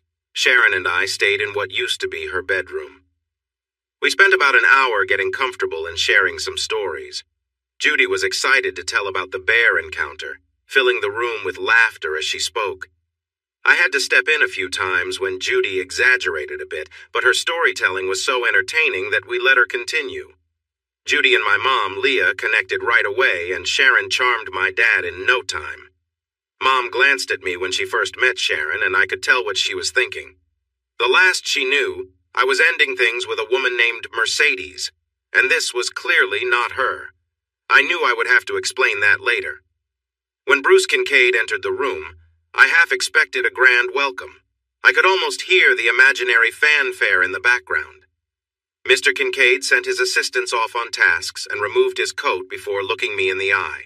He shook my hand, then did the same with my parents, giving Sharon a warm hug. It was clear he cared for her. I had been wondering about that. After introductions and some general chatting, Sharon's dad invited more like commanded me to join him in his study, which was just down the hall from the living room. Sharon and I had talked about this and how we were going to handle it. When we came out, I was a bit unsettled by his confidence. He seemed to believe he alone could decide what would make his daughter happy. He was quite sure a pilot like me should not even consider being her husband. I sat back down beside Sharon and smiled at her. She returned my smile with one of her own bright expressions. I nodded. Everything had gone just as she had warned me it would. Kincaid went to a side table and poured himself a good amount of brandy into a glass. Then he settled into a comfortable leather chair next to the fireplace. "So how did it go?" Sharon asked loudly. "They offered me $250,000 to leave Anchorage on the next flight and never return," I replied. Kincaid looked surprised. I wasn't supposed to say that. "Daddy!" Sharon cried out. "You only offered him that much?" She covered her eyes with her hands, seeming to cry in disbelief. "I'm offended. Are you offended?" she asked, turning to me. She stopped pretending to be upset.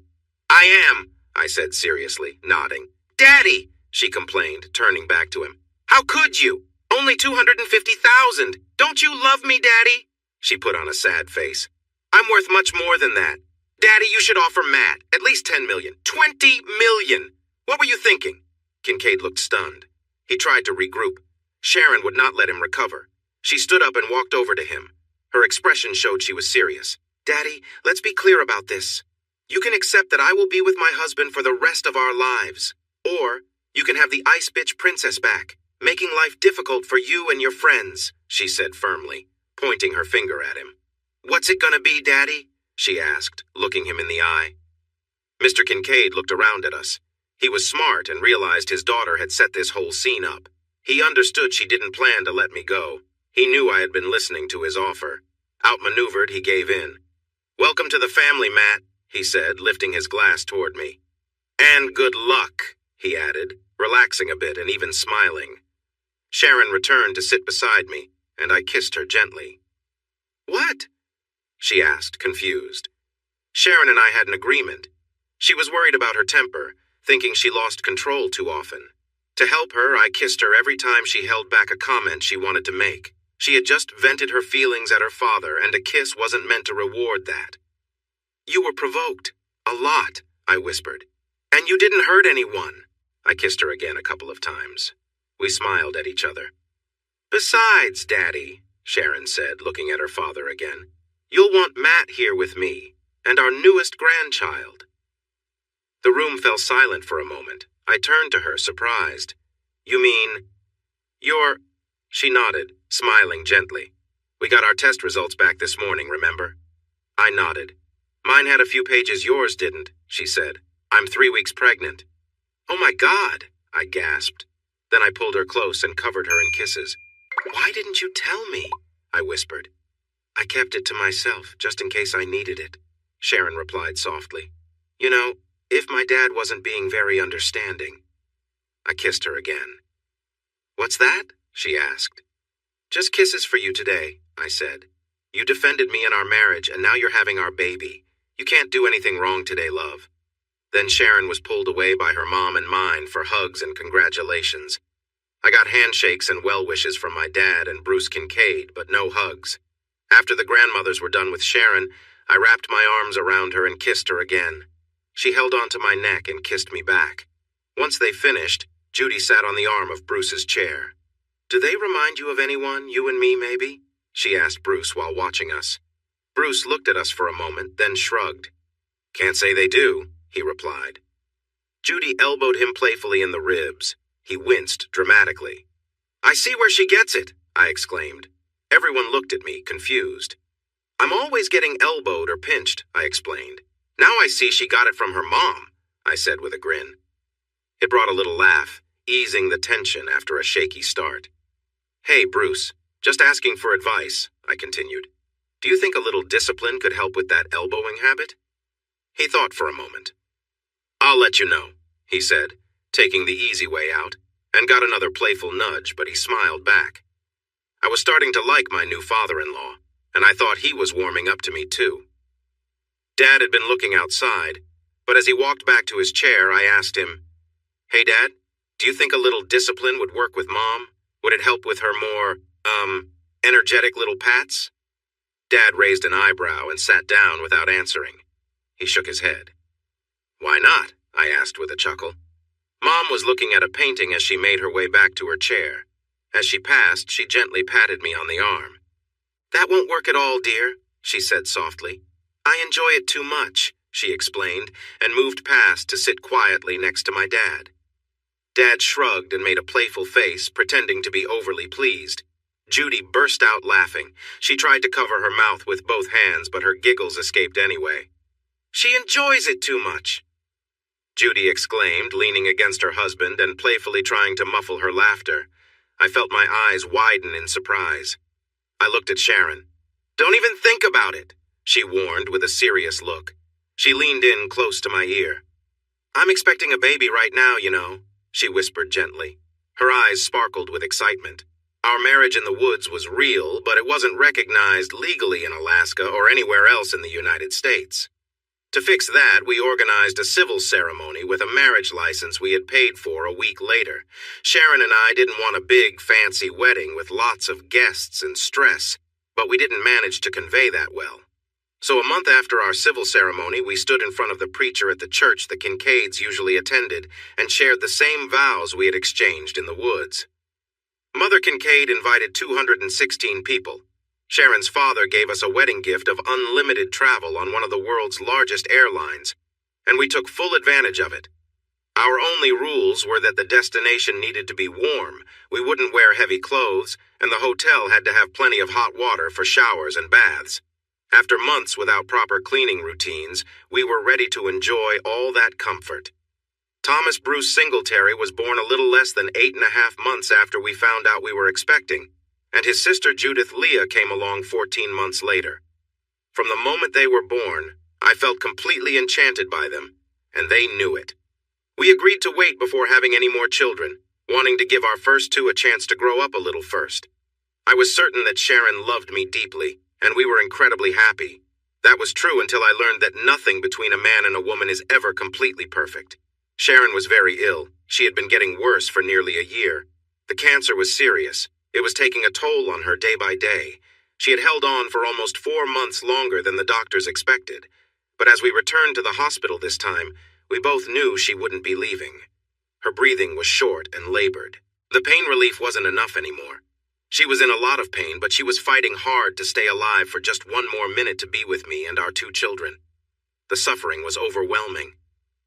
I stood up from the chair by her hospital bed and leaned over my wife of just a few years. I kissed her lips. I wasn't sure if she could feel it, but maybe she could. For a moment, her breathing got steadier, then it turned into weak gasps. I leaned in to whisper in her ear, "Honey, I will always love you. Our son and daughter know you love them, and they love you too. We will all love you forever.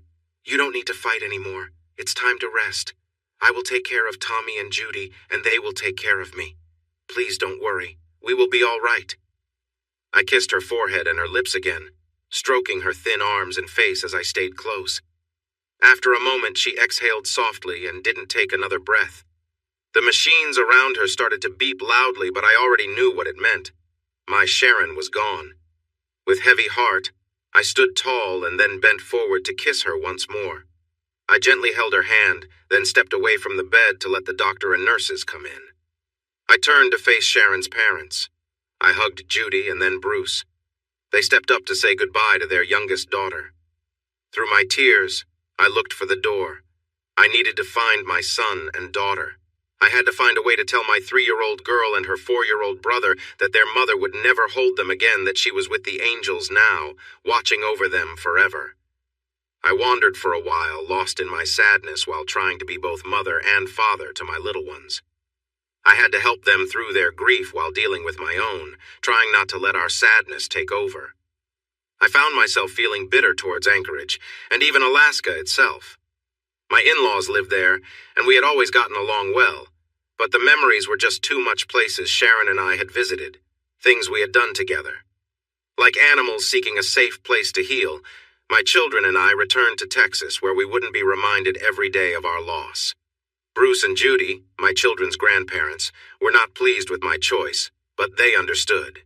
They were well off and could visit us in Texas whenever they wanted. A trust fund set up by a great-aunt for Sharon matured the year after Tommy was born, and I received the funds after Sharon passed away. I didn't want the money. I tried to give it back, but my in-laws wouldn't accept it, and my great-aunt had passed away. So, I suddenly became a multimillionaire. I decided to use the money wisely and set up 2 trusts, one for each of my children to help them with school or whatever else they wanted to do in life. The extra money stayed in a bank, earning more for my kids and me than we could ever spend. At home, my parents decided they were done traveling around the country looking for the perfect RV campground. Now they planned to wander during spring and autumn. For summer and winter, they thought travel was just too much trouble. They welcomed me and my 2 kids back with open arms. My parents already had a 2-bedroom house on the north side of the city and a little cabin in the hills. They sold that house and moved to a 4-bedroom home, suggesting that my brother Tommy and sister Judy might want to visit more often. Mom and Dad were as happy as I had ever seen them. They got to spend time with their grandchildren and started enjoying spoiling them. They said that was their job as grandparents. I had just turned 36, but I wasn't worried about getting older. I didn't feel like time was slipping away from me. I had my son and daughter, and I was focused on taking care of them. My son Thomas was 5, and my daughter Judith was almost 4. Times had been tough after Sharon passed away. She had been sick for a long time, which felt like mourning even before her death. The kids didn't understand much about it, but they knew their mom wasn't in pain anymore, and that was something good. It didn't replace the loss, but it helped a little. I owned a business, or rather, I was a partner in one. I teamed up with Sharon's friend, Teresa Cunningham. We both had similar roles in the business world, and I asked her to join me after I left my father-in-law's company. Together, we created a consulting firm that looked at every part of other businesses and provided reports to help them improve. Teresa managed most of the daily activities, bringing me in only when major decisions or changes were needed. I had used some of the money from Sharon's trust to help start the business. I controlled 51% of the company, while Teresa and her husband Carl owned the other 49%.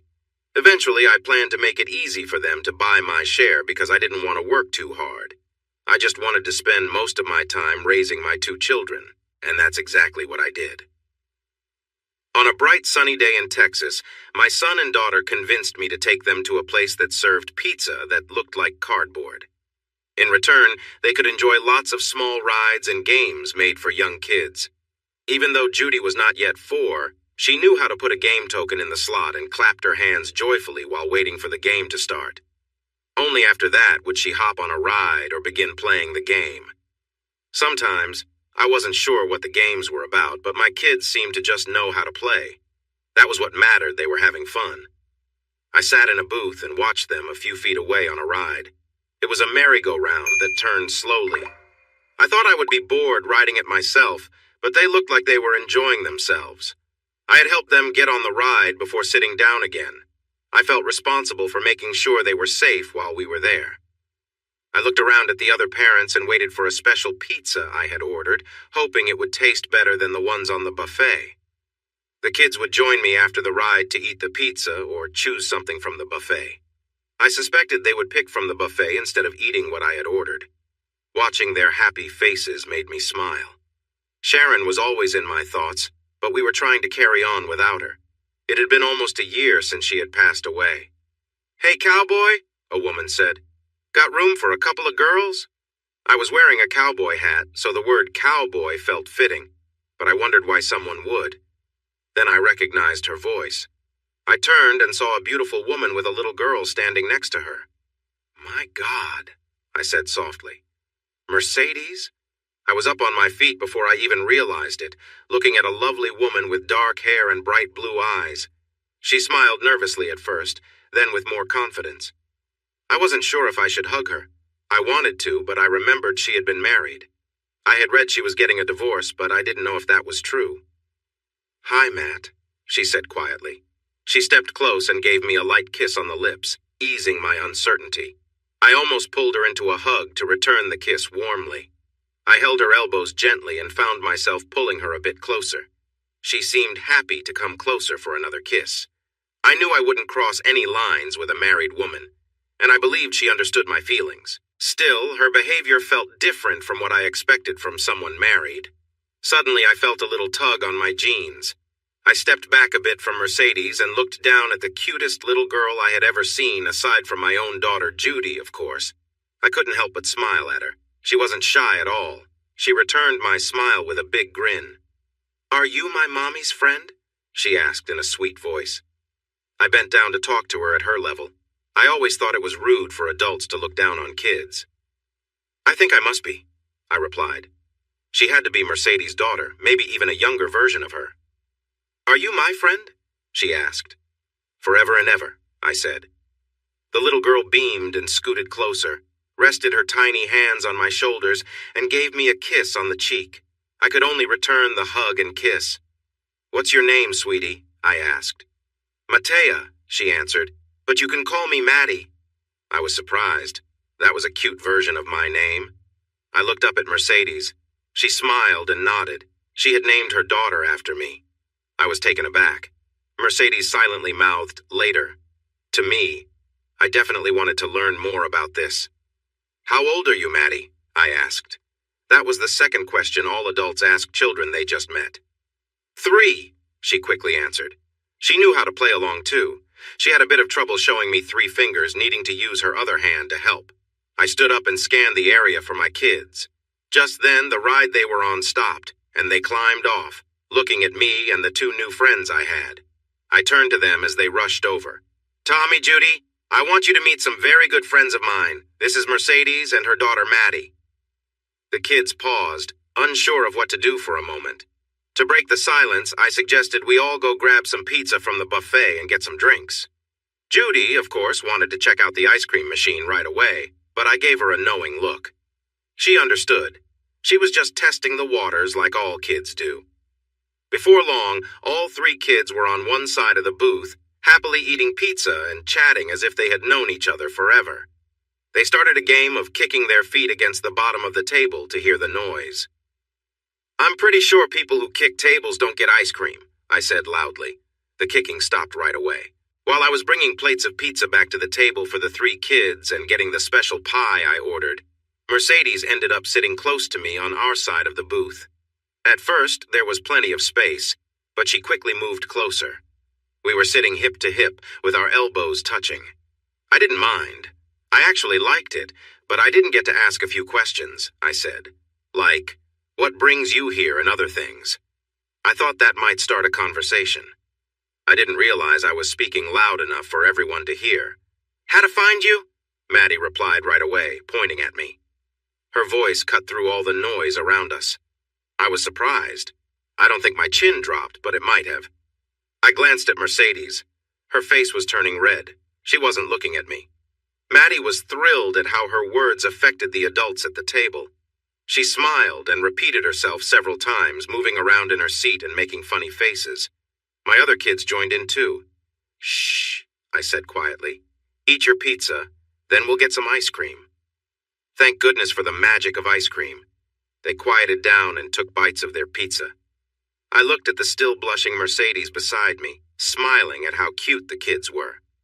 For the record, I said, I've been looking for you too, but my friend couldn't find you. You just vanished.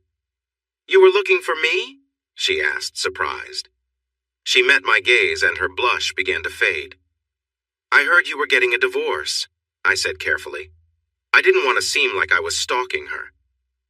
I tried to contact you but couldn't find a phone number or anything, so I hired someone to help. But he only got so far he lost track of you in Billings, Montana, I think. She smiled. Well, my uncle runs far, great Uncle Walter runs far, picked me up there and took me to his place in Wyoming. Maddie and I stayed with him and his girlfriend for a while because Reggie was being difficult. We needed to get away to a quieter place, she explained. It worked, I said, smiling back. The investigator I hired said it seemed like you disappeared completely. I'm really glad you came, I said. How long can you stay this time? Mercedes looked at me closely as if searching for something in my eyes. She leaned in closer and whispered, Until you tell us to leave. Instead of answering, I gently kissed her lips, taking my time but keeping it light. 3 pairs of curious eyes were watching us closely.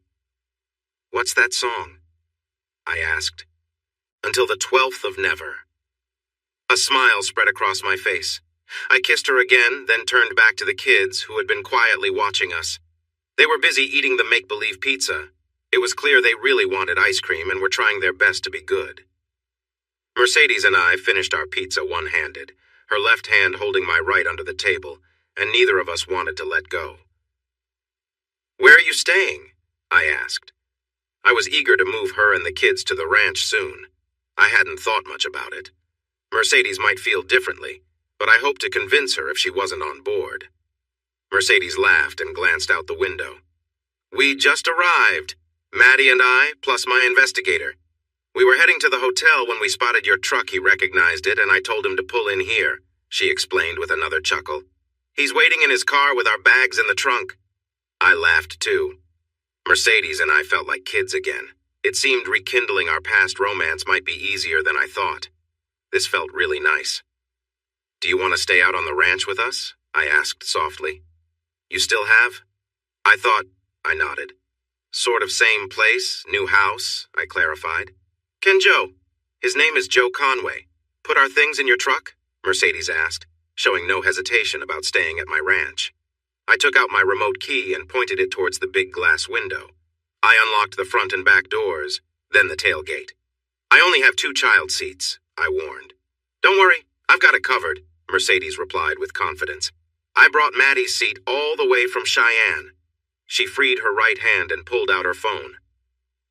Joe, Mercedes, would you please put our things in Matt's truck? She asked. In the back part? She added, glancing at me. Have him put them in the truck bed, I told her, as a plan began to form in my mind. Tell him that we can pay a bit more for the concierge service, okay? I thought that was fair. Private investigators usually didn't deal with carrying bags or setting up car seats. Daddy, my son Tom asked. I raised my eyebrows to show I was listening. Are Maddie and, CDs? He asked, glancing at Mercedes. Are they going to stay with us? He finished. I think so, I replied calmly.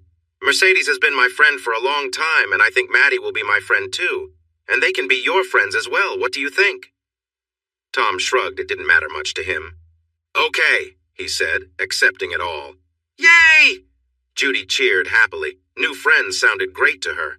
She paused, her eyes shining with excitement as she turned to Maddie. Do you want to ride horses? Maddie's eyes opened wide. Horses? She shouted, clearly excited by the thought of horse rides. She nodded eagerly. We had just about finished the pizza. There were only a few crusts left and one slice of mushroom resting in the center of a plate, but that was all. Ice cream cones were licked clean, leaving the three little faces covered in sticky cream as they tried out new games. Before he left, Joe had put Maddie's booster seat between Tom and Judy's, which I thought was nice. Tom's seat was still on the driver's side, right behind me, which was where he liked to be. Judy didn't mind, so everything was just right for the three kids. They all fell asleep within just a couple of minutes after we drove away. I had made sure to get comfortable bench seats put in the new pickup, both in the front and the back. I noticed Mercedes looking at the sleeping kids with a warm smile on her face. Since they were asleep, she unbuckled her seatbelt and moved closer to me. If that's not the cutest back seat full of kids in the world, I don't know what is, she said with a joyful tone. I glanced in the rearview mirror and had to agree. 3 lovely children, and 2 of them were mine. Baby, Mercedes said quietly. I'm really sorry about Sharon, she continued. That was so sad. She was such a wonderful woman, I replied. She was a great wife and a fantastic mother, but she was in a lot of pain when she passed. It was tough on Judy and Tom, but we had time to prepare for it, and now we're slowly moving on, I explained. Mercedes gave my arm a gentle pat and kissed my cheek. I have a message for you from Sharon, I said after a moment. Mercedes looked surprised and a little uneasy. A message from a wife who had passed could be more than a little unsettling. I glanced over at her. Well, indirectly anyway, I said, giving in. I looked out the windshield at the road ahead. A couple of months before she passed, Sharon sent everyone away and had me lie next to her on the hospital bed so she could talk to me without tiring. I pointed at a building we were about to drive by. It was Jesse's barbecue where Mercedes and I first met. She recognized it right away. Oh, honey, we have to go there soon, okay? She said excitedly. I noticed she was calling me honey again, just like she did before we separated years ago. I liked it. It felt nice. We will, I promised, giving her a reassuring pat on her thigh. We will. Anyway, Sharon told me that when she was gone, she wanted me to find a woman to love and who would love me and our children. She made me promise, I said to Mercedes. Mercedes looked down, studying her hands in her lap. So, I don't want to scare you away, but my dear wife asked me to find love and let my children be loved too, so if that's not what you want. I paused, taking a moment to find the right words. If you're not on the same page and it's going to be like last time... Stop there, Mercedes interrupted, pointing at a roadside park just ahead. I quickly braked and pulled in safely, making sure not to wake the kids. As we stopped, a cloud of Texas dust floated by the truck. Mercedes turned to me, threw her arms around my neck, and pressed her lips against mine. I want you, I love you, and I'm not going anywhere, she promised. I mean it. I'll be here with you until you tell me to leave. Do you understand, Matthew James? I kissed her back and wrapped my arms around her. You said the L word, I murmured. We didn't do that last time, even though I wanted to. I know, she replied softly. I wanted to too, but if we had, we wouldn't have been able to separate and do what we needed to do. My voice was low and filled with emotion. But this time, little dove that calls at morning, her Cheyenne name, I'm going to say it morning, noon, and night. So if you're not ready for... Just say it, she urged. I love you, I said without hesitation. I love you. I love you too, she replied sweetly, letting out a happy sigh as she rested her cheek on my shoulder. We stayed there for a few more minutes, sharing kisses in comfortable silence. I put the truck back in gear and we continued down the highway. We didn't say much as we drove. We didn't need to. Our relationship, which had been interrupted years before, felt like it had resumed right where it left off. We were incredibly at ease with each other and already making plans for the future. When we arrived home, all 3 kids were lively after their nap on the way back to the ranch. They wanted to do everything at once. When the horses by the corral whinnied, we knew what to do first. Mercedes and I took the 3 children down there, bringing a small bag of apples. The kids fed the other horses while I saddled 2 Shetland ponies I had for my children. I thought about getting another one for Maddie, and I told her that. She was so happy and gave me a big hug and lots of kisses. Judy rode her gentle pony around the paddock by herself. She had only been riding for a month and was very proud of it. I put Maddie in the saddle behind Tommy, and my son took his new friend for a long ride. 3-year-old Maddie held on tight to Tommy's waist while he guided his Shetland around. After a while, 5-year-old Tommy came back to where Mercedes and I were standing and asked us to move Maddie in front of him so she could see where they were going. She loved it. Tommy received a big hug and a kiss on the cheek for that. He wasn't sure how to respond to Maddie's kiss, but accepted it, just like he did with his little sister's kisses. He didn't return them, but he didn't mind. Soon the kids decided they wanted to go swimming. We unsaddled the ponies, gave them water, then brushed them before letting them go back to the pasture. I raced the kids back to the house and sent them upstairs to change into their swimsuits. I thought Mercedes might want to unpack their things while I watched the kids in the wading pool, but she had other plans. She opened one suitcase to get her and Maddie's swimsuits, and we all went to the pool. Mercedes and I watched as the 3 kids laughed and played in the sun and water. As the sun began to set, I started the grill and cooked a couple of steaks for myself and Mercedes, along with some chicken drumsticks for the kids. I also made baked potatoes and roasted some asparagus and other veggies to make sure we all ate healthy. After dinner, the kids used their remaining energy to chase fireflies around the backyard. By bedtime, they were starting to tire. Mercedes and I helped them shower. My kids went into the master bath while Mercedes took little Maddie to the bathroom down the hall. This was all part of my plan. I wanted the kids to be so tired that they would sleep soundly all night long. Mercedes and I walked from my children's bedroom to Maddie's, watching them as they slept. I had my arm around her waist, no longer pretending we were just friends as we had told the kids. I'm pretty sure when the Bible talks about angels, I said, it was thinking of a sleeping child. I smiled. Mercedes replied. She shifted from beside me to in front of me and wrapped her arms around my waist, leaning in close. We shared our first kiss without anyone watching, since she and Stevie left me years ago. We both noticed 3 pairs of curious eyes watching us. In her room, Mercedes opened another suitcase and took out a nightgown before we walked down the hall to my bedroom. It was ours now, and we didn't feel the need to talk about it. We spent the night together, enjoying each other's company and reconnecting. It turned out we still remembered how to be close to one another. Everything felt right. Mercedes got up just before sunrise, put on her nightgown, and went to her bedroom where she still hadn't unpacked her things. We kept up the act of sleeping separately for almost 3 weeks. Mercedes would wake up early to return to her bed, but one morning the alarm clock failed.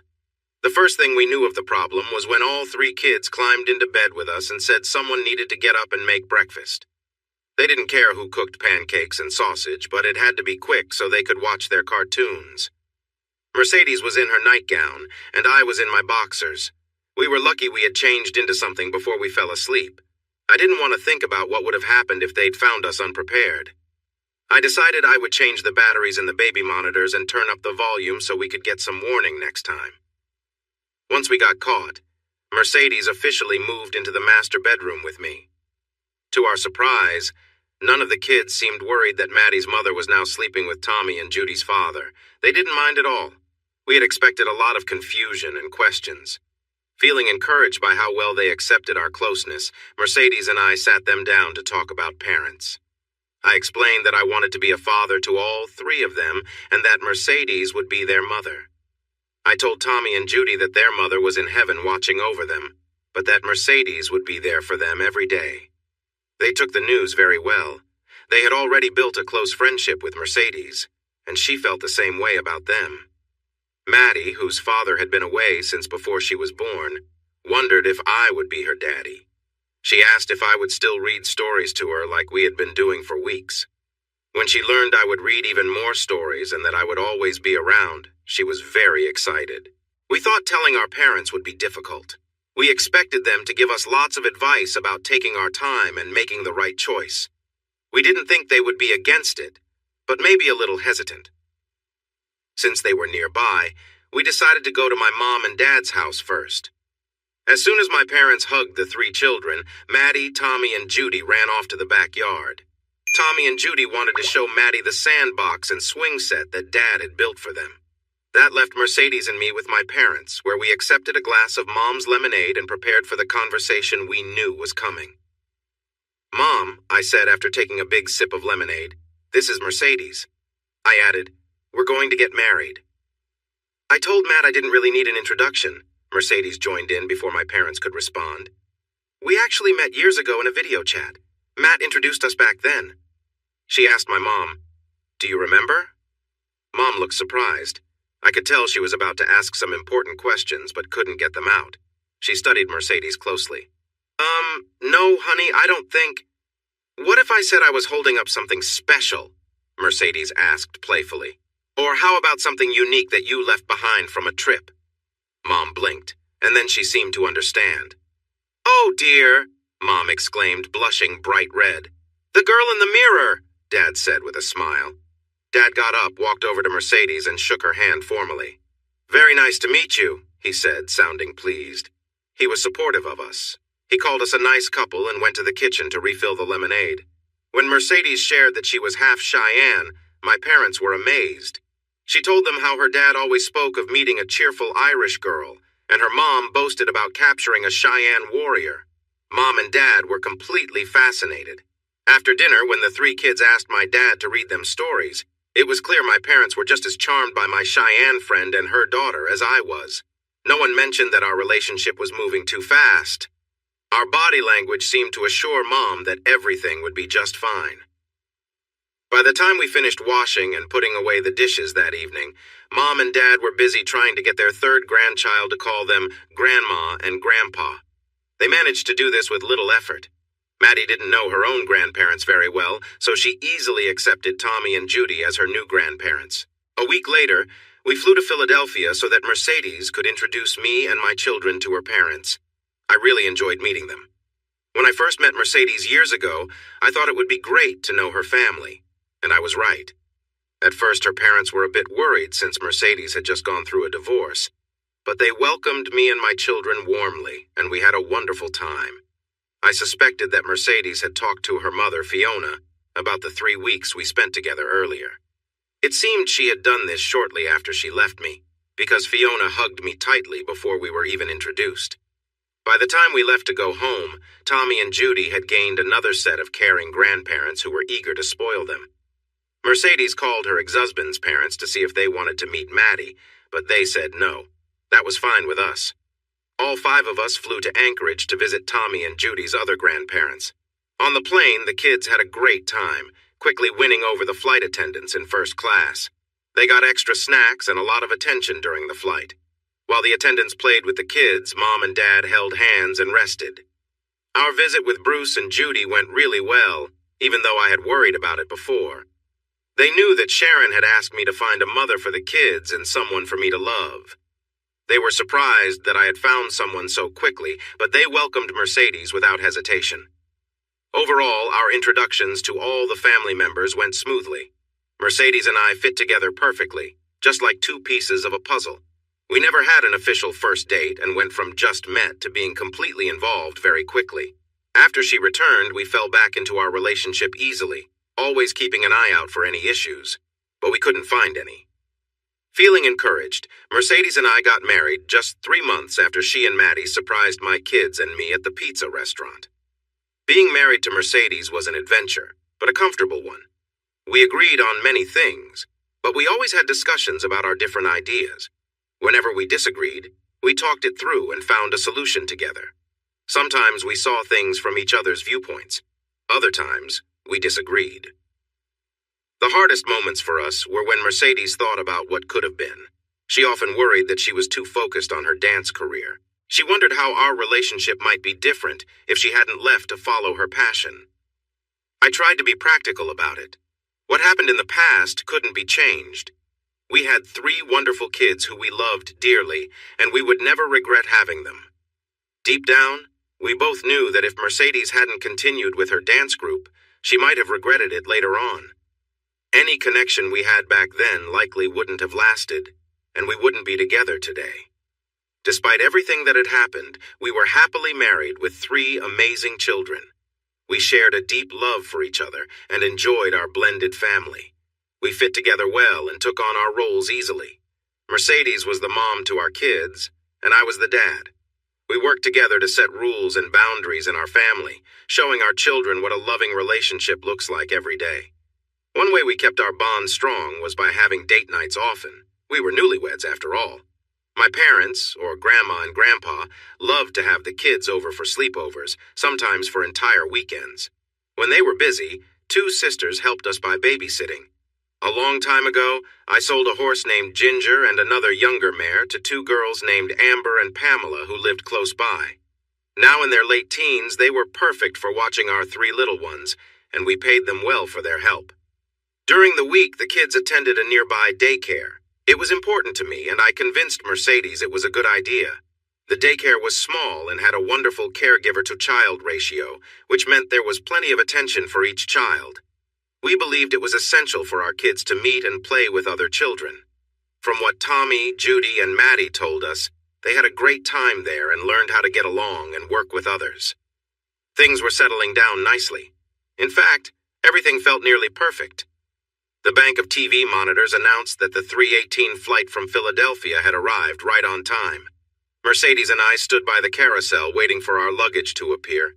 We were waiting for the new teacher for Mercedes's dance school.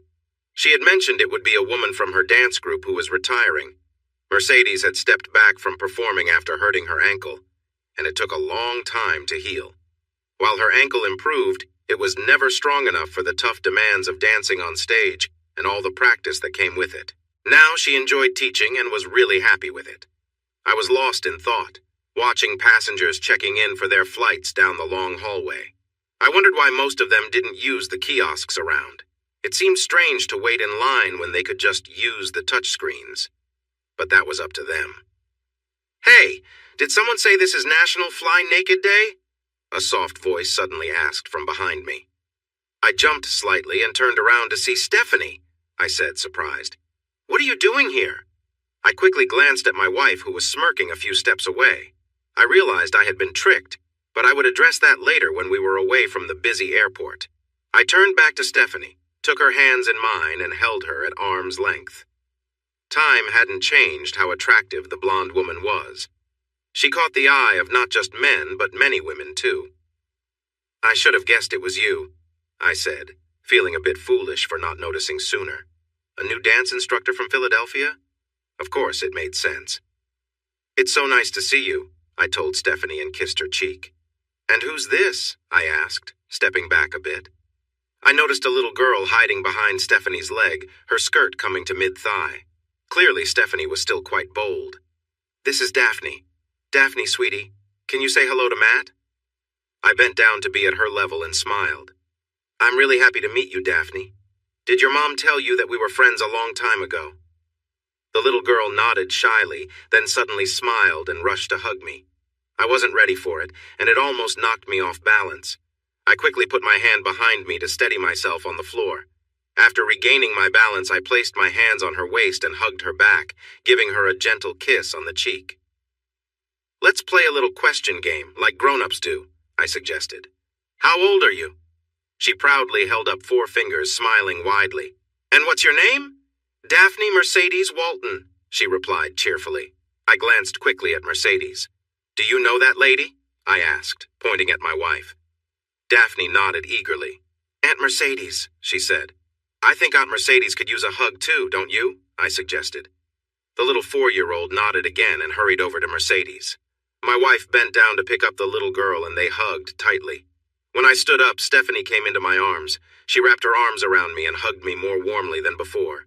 "I missed you, Matt," she whispered. She gave me a light kiss, then turned and joined Mercedes. The 3 of them shared a big group hug for a moment. A buzzer sounded, and the luggage carousel began moving, bringing all the passengers' bags around for collection. Stephanie pointed out her and Daphne's bags as they passed by so I could grab them and set them down. Mercedes and Stephanie each took a large suitcase and rolled them toward the exit while I pulled 2 big duffel bags. Thankfully, they had wheels behind me. Little Daphne put on a small pink backpack covered in bunnies and walked along with us to the temporary parking. I loaded everything into the back of the pickup, climbed into the driver's seat, and adjusted how my firearm was secured. The airport should be a safe place, but things can happen. I started the engine and turned on the air conditioning. Mercedes and Stephanie were already deep into what looked like a long conversation, and Daphne was listening closely. "So, where are we going?" I asked, though I pretty much knew the answer. "The guest room is all set up," Mercedes answered calmly. I had known where we were headed. I just wanted to confirm it. At home, Daphne was reunited with Maddie and met Tommy and Judy, who welcomed her without any hesitation. Tommy did ask if I had any friends with little boys, but he didn't seem too upset about it. Before long, all 4 kids ran outside to the playground we built in the backyard. Mercedes and Stephanie continued their lengthy chat, and I sat on the deck to watch the children play. "Talk to me," I told Mercedes when I finally managed to get her attention. We were in bed and I had rolled her onto her back after a long moment of affection. "About Stephanie?" she asked innocently. "Yes, about Stephanie," I replied firmly. "What's going on?" "She needed a job. I had a job for her. She's like my little sister, you know that. I love her. I wanted her to work with me in the studio and she agreed. She came down here and I want her to live with us so I can have my sister around all the time, okay?" There was nothing aggressive in her explanation. It was clear she had thought this through. In truth, none of it caught me by surprise. "But the last time you brought Stephanie here, it felt like you wanted to pull us apart," I said clearly. "Why do you want to create distance between us now?" Mercedes laughed lightly. She didn't seem worried at all. She put her hands on the back of my neck and leaned in for a sweet kiss. "That didn't really work out back then, did it?" she said gently. "You and Stevie got along really well and we ended up like the 3 Musketeers, right?" Well, not exactly. The 3 of us had shared a close bond for 2 of the 3 weeks I was with Mercedes back then, an intense relationship that filled our days. I didn't remember Dumas writing about the Musketeers in such a way. I shifted uncomfortably in bed and Mercedes wrapped her legs around mine, holding me in place. "Mercedes," I started, "we're married now, not single and, well, we can't just—" I was glad that Stephanie wasn't here to cause trouble, but there were still some tricky feelings to work through. "Shh," Mercedes whispered softly in my ear. "Stevie came here to help me at the dance studio. I really care about her, and I want her close. She will be a good friend for you too, honey. She's not going to come between us, okay?" I didn't respond right away. Her words were sinking in, but I needed a moment to think. Mercedes moved closer and playfully adjusted her nightgown. In an unexpected moment, I found myself swept away. I didn't get the chance to ask anything more. It worked out. We found our rhythm again, creating a new version of our trio, but this time without the old ways. Mercedes and I were a typical married couple, and Stephanie was our guest. Well, she helped a lot around the house for a guest. We split up all the chores. Since we didn't have a working ranch, there wasn't much to do outside. I usually handled those tasks, but the women often joined me. Mercedes and Stephanie would leave every Monday, Wednesday, and Friday morning in Mercedes's SUV to teach adult classes at the dance studio. On Tuesday and Thursday afternoons, they held classes for children after school. I took care of breakfast for our 4 kids, getting them ready for daycare if I had to go into the office or dress them for a fun day at home. If the weather was nice, the kids loved to play outside in the morning. They liked to see me on the deck where I could watch them as they played. Sometimes they would ask me to join in and play different characters based on the current mood. After an early dinner on Tuesdays and Thursdays, I would take all 4 children in their dance outfits to the studio, where they would join classes with kids their age. Tommy was not very excited about the dance classes, but the 3 girls loved learning to dance with Mercedes and Stephanie. Tommy tolerated it and even seemed to have fun sometimes. We settled into a routine but kept things fresh and exciting. Our date nights with Mercedes often included Stephanie, and we would go out for dinner, dancing, concerts, or even a movie every now and then. We also got involved, even a little bit, with some local charities and community activities. We received an invitation to a ball at the home of Kyle Mulvane, which aimed to raise money for preserving local historical sites. The joke was that the Mulvanes owned a large part of the southwest side of the city and had plans to acquire more. They were seen as important figures in the city. I had one invitation, but managed to get another so Stephanie could join Mercedes and me. The event allowed for semi-formal attire. Mercedes and Stephanie wore lovely evening gowns. Mercedes chose a dress in a soft greenish-gray color that looked stunning on her. It had an elegant design that showed off her long, graceful leg. Stephanie wore a beautiful royal blue gown that suited her perfectly. It had a deep neckline that highlighted her features nicely, and a slit on the left side to showcase her leg. As for me, I was dressed in a black tuxedo jacket and pants with a white formal shirt, black bow tie, and a cummerbund paired with shiny boots. I felt good in my cummerbund, especially since it helped me conceal my sidearm, which I carried for safety. I had considered leaving my firearm at home, but it felt strange to be without it. I had my concealed carry permit for a long time and felt strongly about protecting myself and my family. One of the first things I did after moving back to Texas was to renew my permit. When we entered the venue, we attracted a lot of attention, mainly because the two women I was with looked stunning in their gowns. We drew even more attention when we began to dance. Mercedes and Stephanie loved to dance. They had performed professionally for years and now taught dance at their own studio in the city. They wanted me to enjoy dancing too. Before I met Mercedes and Stephanie, I knew a little about shuffling my feet and holding on to a pleasant partner while dancing. But when I spent time with them, they took my dancing to a new level. I often thought of myself as someone who wasn't very good at dancing, yet my two friends encouraged me to try harder the more we danced together. They had even created a new dance step made for two women and a man. I felt more like a prop, there to highlight Mercedes and Stephanie's dancing talents. They could have used a mannequin instead, but since I could actually move, they chose me instead. The dance we performed was based on a routine they had used while traveling with a performance group. We were always moving and close to each other. After practicing for months, I was finally starting to feel confident enough to enjoy holding each lady in my arms while we danced together. It was a lot of fun. Who wouldn't enjoy being in the middle of two lovely dancers? People seemed to enjoy watching us too. We attracted more attention the longer we danced. I hadn't noticed it, but we'd moved quite close to the small stage where the band played.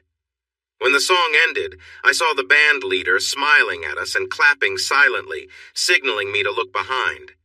When I turned around, I saw that we had created a clear space around us on the dance floor, and there was a nice round of applause for our performance. I bowed awkwardly. Mercedes and Stephanie curtsied and smiled. We walked off the dance floor toward the bar. It was fun, but dancing with them was quite a workout. The girls were greeted by a group of men and women at one end of the bar. People welcomed Mercedes and Stephanie with big smiles and plenty of compliments. I decided to be helpful and went to the other end of the bar to get 2 glasses of white wine for them and a bottle of flavored water for myself. As the bartender finished pouring the wine, I heard a loud commotion where I left my dance partners. "Let's see them! You've been showing off all night, now let's go!" My head turned quickly. Stephanie was being confronted by a short, round man who seemed too aggressive. I caught a brief glimpse of him reaching toward her and tearing at her dress. I reacted before I had a chance to think and rushed over to help her. I must have run, but I don't remember doing it. Time has a way of slowing down during a crisis. Suddenly, I found myself behind and to the right of the man bothering Stephanie. I had just a moment to see her eyes on me. She didn't seem scared, she was just waiting for me to fix everything. I grabbed the man by his shoulder and spun him around. Then I hit him in the stomach with all my strength. As he doubled over, his chin hit my knee hard. He fell back, hitting the floor with a thud, bleeding and unconscious. I started to go after him, thinking about kicking him, but it was clear he was already out. I turned around to find Stephanie and pulled her into my arms. She held on tight around my waist. "Are you okay?" I asked gently, looking into her eyes. She nodded and rested her cheek against my chest, holding on even tighter. After a moment, I pulled back slightly, took off my jacket and draped it over her to cover her up. There was a lot of chaos around us. Some people were asking what had happened, while others were trying to explain. Not everyone had seen everything from the start, so the stories began to stray from the truth. I scanned the room for Mercedes. She was close by, looking worried. Mercedes held up her phone. Even in fancy places, everyone has their phones these days. "I got it all on video!" she shouted with excitement. "I filmed everything. That guy tried to hurt Stephanie right here, and I caught it all." Her voice cut through the noise and silenced the crowd for a moment. I nodded in agreement, turned Stephanie around, and caught Mercedes's eye. We began to move toward the stairs we had come up. Just a few steps from the first one, a very tall man in a tuxedo blocked our way. "Mr. Mulvane wants to see the lady's phone," he said calmly. He pointed to a man standing by a column. That was Mr. Mulvane, and he didn't look happy. His face showed he was anxious and angry. "No," I replied quickly, but I didn't feel aggressive. "I'm not doing that." I tried to get past the big guy on my right, but he pushed his hand against my chest to stop me. He looked at Mercedes and made a gesture asking for something while keeping me in place. When I moved, his other hand grabbed my shoulder tightly. "Look down!"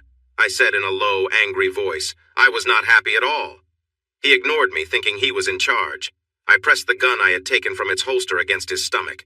"Look down!" I warned him. Finally, he looked down and realized things had changed. He wasn't in control anymore. My finger was resting on the trigger, ready to pull. Glocks have a safety built into the trigger, and I had already disengaged it. If I squeezed even a little more, it would fire. "It's aimed upward," I said in a calm tone. "If I start shooting, I could hit you right in the heart. Do you understand?" He nodded and slowly raised his hands to show they were empty. "Do you have a weapon?" I asked. He nodded. "It's small at my back," he explained. "Take it out," I said. "Slowly. Just your left hand. Use your thumb and finger only." He followed my instructions carefully. I reached over with my left hand and took the gun from his relaxed grip. I stepped back a few feet, keeping my weapon aimed at him the whole time. I noticed some people behind me gasp. It was clear to them now that I had a gun pointed at the big guy. "Get on your belly," I ordered. He did so right away. "Stephanie, Mercedes." I signaled for the two women to move to my left and lowered my arm so my gun was pointed down. I made sure my finger was safely alongside the gun's frame. In no time, the three of us moved up the steps, across the lobby, and out the door. I left the bodyguard's gun on a table as we walked by. An unsuspecting valet brought our SUV to the front, and we drove away quietly. After that, things went smoothly. No one tried to stop us. A few police cars rushed past us a couple of miles down the road, but they didn't notice us at all. Our trip to McReady Airfield continued without any problems.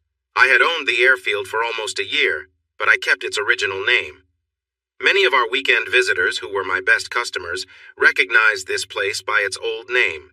They used it because they were familiar with it. Shortly after we arrived, our SUV was parked next to the hangar, and we boarded the twin-engine Cessna that had brought us to the city. I started the takeoff while Mercedes and Stephanie were still fastening their seatbelts. 42 minutes after taking off, we landed, secured the plane, and a little later we were safely back in our ranch house. Thanks to our security system, we knew we were safe there. However, things were not quite settled. By the next afternoon, detectives in the big city had identified everyone involved. They worked with the county sheriff from our area to come and interview us. In fact, there were enough of them to form a 6-vehicle group that drove through our gates to the main house. The sheriff himself came to our door showing respect. He knew my dad had served as sheriff during some tough times in the county, and that many older residents remembered him well. When the current sheriff saw Dad, he was very polite and courteous. Inside, Stephanie, Mercedes, and I gave the city officers the written statements we had prepared and answered their questions, as long as they seemed genuinely interested in understanding what had happened. We also shared a copy of the video that Mercedes had recorded on her phone. But as soon as the youngest detective asked a tricky question, one of our lawyers stopped the questioning with a firm statement, making it clear that we would not answer any further questions. The detective looked frustrated at this, and his colleagues noticed. One of the officers was from the district attorney's office, and she seemed to know all the lawyers I had brought in that morning. When a detective looked at her for guidance, she just shrugged. She couldn't intervene. She knew my lawyers were excellent, especially considering how much I was paying them. I hoped they would be worth the cost. Another group of my lawyers was already at the DA's office, pushing for immediate action against the person who had attacked Stephanie, arguing that he should be charged with serious offenses. 3 weeks and 4 days later, it was all resolved. The person responsible turned out to be Mr. Mulvane's youngest son. Mulvane attempted to defend his son's actions and even tried to blame Stephanie. Our lawyers quickly took action against Mulvane's and the city's attorneys, ready to challenge them in court for blaming the victim. Our main lawyer seemed eager to confront them publicly.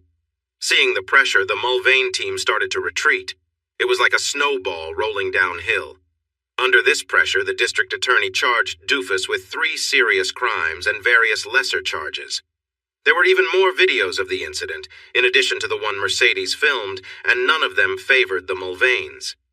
Eventually, Doofus pleaded guilty to 1 charge and received a 6-month jail sentence. But this kept him out of a Texas prison, although he did get a felony on his record. Initially, the district attorney wanted to show leniency toward the Mulvanes and charge him with a minor offense. But our lawyers made sure the local news was fully aware of the situation. The DA had narrowly won his last election and wanted to avoid any issues with a wealthy opponent like me in the future. The DA's office tried to make a case out of the fact that I had used a weapon, but we argued that the large bodyguard's actions were inappropriate and crossed a line. A video showed the big man pushing my chest, which stopped any further claims against me. If he had taken Mercedes's phone, that would have led to even more legal trouble, including theft and tampering with evidence. Fortunately, the DA decided not to pursue any charges against me. My lawyers were let down. They had hoped for more work if the DA had decided to move forward. Stephanie's lawsuit against the Mulvanes for creating an unwelcoming environment was quickly settled to avoid even more negative attention. Out of nowhere, Stephanie became a millionaire, and Mulvane even covered her legal fees. Afterward, our lawyers returned to Dallas. I stopped spending so much on their services, and calm returned to our ranch. I foolishly thought things would stay like that. A few weeks later, my parents came by to take all 4 kids. Stephanie's little girl, Daphne, was welcomed as one of my parents' grandchildren. They were heading out for a long weekend camping trip in my parents' big RV. I didn't think staying in a comfortable RV counted as camping, but everyone has their own idea of fun. Based on a video call we had earlier that evening, the kids were all enjoying themselves. Mom and Dad couldn't stop smiling. Having 4 grandkids all to themselves without the parents around was Mom and Dad's perfect dream. I was in bed, and since Mercedes wasn't with me, I was looking through the cable provider's movie channel lists for films to save and watch later. I was enjoying some quiet time without worrying about any child-related emergencies that might come up unexpectedly. The hallway door opened and Mercedes walked in. She surprised me. I thought she was in the bathroom and would come into the bedroom that way. I was even more surprised when Stephanie stepped into the room right after my wife. Both women were wearing sheer black robes that didn't hide much. I quickly pulled the covers up to hide my middle because I suddenly felt a little flustered. "Matt, dear, we have a problem," Mercedes said, sounding serious. I could almost hear a cartoon character saying, "uh-oh," in my mind. Mercedes sat on the bed to my right and took control of the remote. Stephanie sat on my left but kept some distance between us, looking beautiful and confident. Mercedes started the DVD player, scrolled through some options, and selected a clip named Stephanie. It seemed like she had it ready to go. "Watch this," Mercedes insisted. It was the video from the Mulvane incident, which I was familiar with. I watched as a guy acted foolishly around Stephanie and then reached for her gown, tearing it down. Stephanie's reaction was one of surprise rather than fear, even though others nearby surely reacted loudly. Suddenly, I appeared from the side, grabbed the guy, and pushed him away quickly. I felt good about how I handled it, using enough strength to protect Stephanie but holding back my anger. All my lawyers agreed it was the right move. It kept things clear, so I wouldn't face any trouble from the authorities. The clip ended with me putting my jacket around Stephanie to cover her. "Did you see it?" Mercedes asked, full of emotion. I wasn't sure what she meant other than the obvious. "I've seen it before, yes," I replied, unsure of her point. Mercedes started the video again. "Look closely, Matt. Watch Stephanie's face. Watch her eyes." I followed her advice as she played the clip slowly. I didn't notice much I hadn't seen before. I shrugged, wanting to contribute to the conversation, but I felt like I was losing the chance to speak up. I wasn't sure what my wife wanted me to see. Mercedes climbed up onto the bed and I made space for her, shifting under the blanket closer to Stephanie, who stayed on top of it and safe. My wife pointed the remote at the player and replayed the video in slow motion. "Do you see?" Mercedes almost whispered. "Our Steffi isn't afraid of that guy she's looking at you coming to help her. See?" That seemed to be true. Stevie wasn't focused on the strange man. She seemed to be looking at me as I came into view. She didn't even flinch while I stepped in. When I turned back to her, she just looked up at me, wrapped her arms around me, and rested her face against my chest. Mercedes rewound the tape to where Stephanie was gazing up at me and paused it. She leaned over and kissed me gently. "Honey," she said softly. "Steffi wasn't scared. She knew her hero was coming to save her. And you did." She paused for a moment. "See how she looks at you. You can tell my sister has feelings for you, and you know it." I took a deep breath. I couldn't deny what Mercedes said. "And here's what Mrs. Stanley caught on her phone," Mercedes added, anticipating any defense I might have. She played another short clip that showed me quickly taking off my jacket and putting it around Stephanie to comfort her. When it ended, Mercedes backed it up to my face, looking down at Stephanie. "And darling," Mercedes murmured, "you care for her too?" I didn't know what to say. What she said was true, although I had been trying to convince myself otherwise for a while. I couldn't argue with what Mercedes was telling me. The video spoke for itself. "Honey," I started in a shaky voice. "I would never—" I stopped, looking at Stephanie. I didn't want to hurt her feelings, but I needed to reassure my wife. "Sweetheart," I tried again, "I could never betray you. I wouldn't do that to you." While I was sorting through my thoughts, Mercedes had turned off the DVD player and dimmed the lights to a warm glow. Then she stood up and let her robe slide down to the floor. I noticed movement on my left. Stephanie was also letting her robe fall and was smiling at me as she did. Both women slipped under the blanket and cuddled close. Stephanie rested her head on my shoulder while Mercedes snuggled next to me and propped herself up on her elbow. "Sweetheart," she whispered gently, "I know you would never betray me." "You don't have to worry, Matt," Mercedes said gently. "But—" I started, hesitating. "Shh, I know," she replied, giving me a comforting pat on the shoulder. Both women gave me a light, friendly kiss on the cheek. "Look, Matt," Mercedes continued calmly. "There's no betrayal here, no secrets, no sneaking around. Everything's right here, open for all of us." Stephanie leaned over, resting on her elbow, and gave me a warm, reassuring kiss. "I love you, Matt," she said quietly. "I have for a long time, and I always will." "You see?" Mercedes added softly. "She cares about you, and I care about her, and you care about both of us, right?" "I do," I said, taking a deep breath. "But since you were part of Stephanie's journey, we just need to make things right. You see that, don't you?" Mercedes continued. How did I protested, surprised. I hadn't realized my part in all of this." "Because he wasn't you," Stephanie said softly. "And I think I was looking for you all along without realizing it. I didn't mean for things to happen as they did, but here we are now, and I know we'll be happier together." I listened, letting her words sink in. It was clear that both Mercedes and Stephanie meant what they said. "But do you know how complicated this is going to be?" I sighed. They didn't seem too worried, and I had to admit I felt a bit of relief. "Yep," Mercedes replied cheerfully from one side. "We'll figure it out," Stephanie added from the other. "It'll be great." And for the most part, it was. We each had our own strong personalities, which sometimes led to disagreements, but we promised each other to always talk things through and never let issues build up. We agreed to resolve things, no matter how long it took, before calling it a night. We shared our lives openly and respectfully, and we grew closer as we continued on our journey together. Each day brought a new understanding, and while there were challenges, we faced them as a team, finding joy and strength in our connection. When we wanted to spend some quality time together, we made sure to find ways to do it often. We decided that the three of us needed more time with each other than a typical couple. To manage this, we frequently asked my parents or local teenagers to watch over the 4 kids. My parents loved all the kids and enjoyed seeing them as much as they could. Whenever my parents needed a break or had other plans, we would call on Amber and Pamela to help with babysitting. They were happy to help and were well compensated for their time.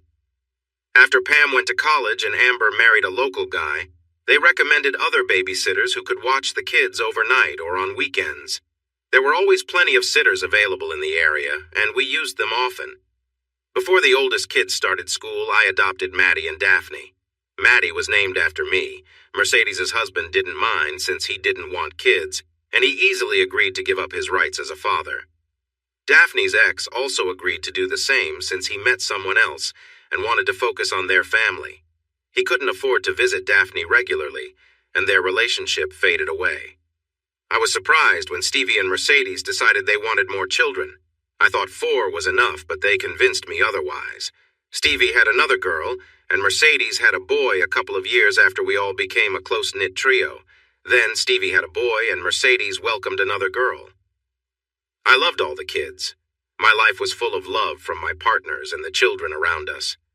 I looked down the hill and saw my 19-year-old son, Tommy, and a couple of the older girls walking up to the house, probably for dinner, even though it was a bit early. Mercedes handed me a glass of iced tea, and we settled into our porch chairs to enjoy the cool evening air. Tommy had grown into a stronger version of me, but you could still see his mother in his nose and his serious expressions.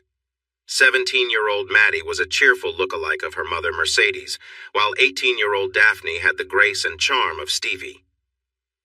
Tommy and Daphne were already attending Texas 8A&DM, and Maddie was preparing to start there in the fall.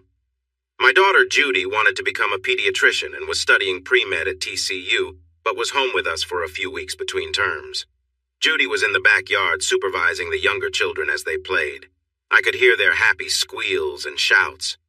When I was a teenager, younger than our older kids are now, my mom and dad let me stay alone in the house that our kids just left. Later, I convinced Mercedes and Stevie that letting our older kids do the same would help them learn responsibility and prepare for adulthood. I thought it was a good idea. The 4 of them had made the place feel like home. There were plenty of bedrooms, and everyone seemed content. The kids enjoyed their freedom, which also gave us adults some room to care for the younger ones. I appreciated not having to listen to the latest music that I found hard to understand. I watched Tommy, Daphne, and Maddie walk steadily up the path toward us. The area where I used to train was now just an open field.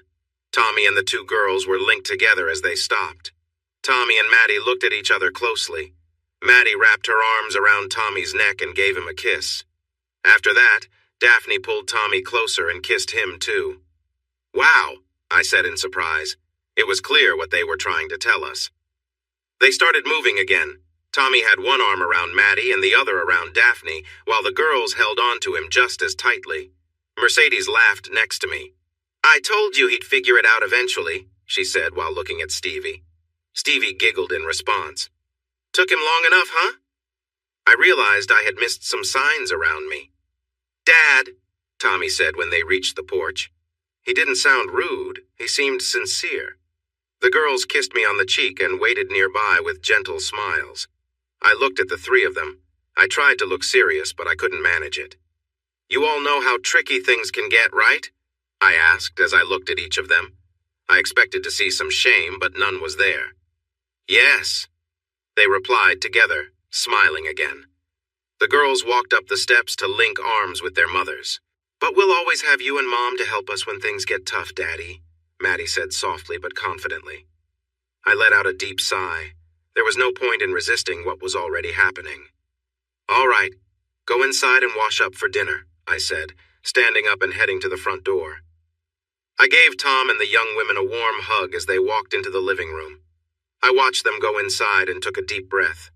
I never really wanted them to grow up, but here we are. My 2 loving wives came to me, wrapped me in their arms, and showered me with kisses. After a while, I opened the screen door and invited them in. I closed it behind me and headed around the house to find our little ones playing in the backyard. I wanted to hug them and have fun before they got older. I have met and loved 4 women in my life.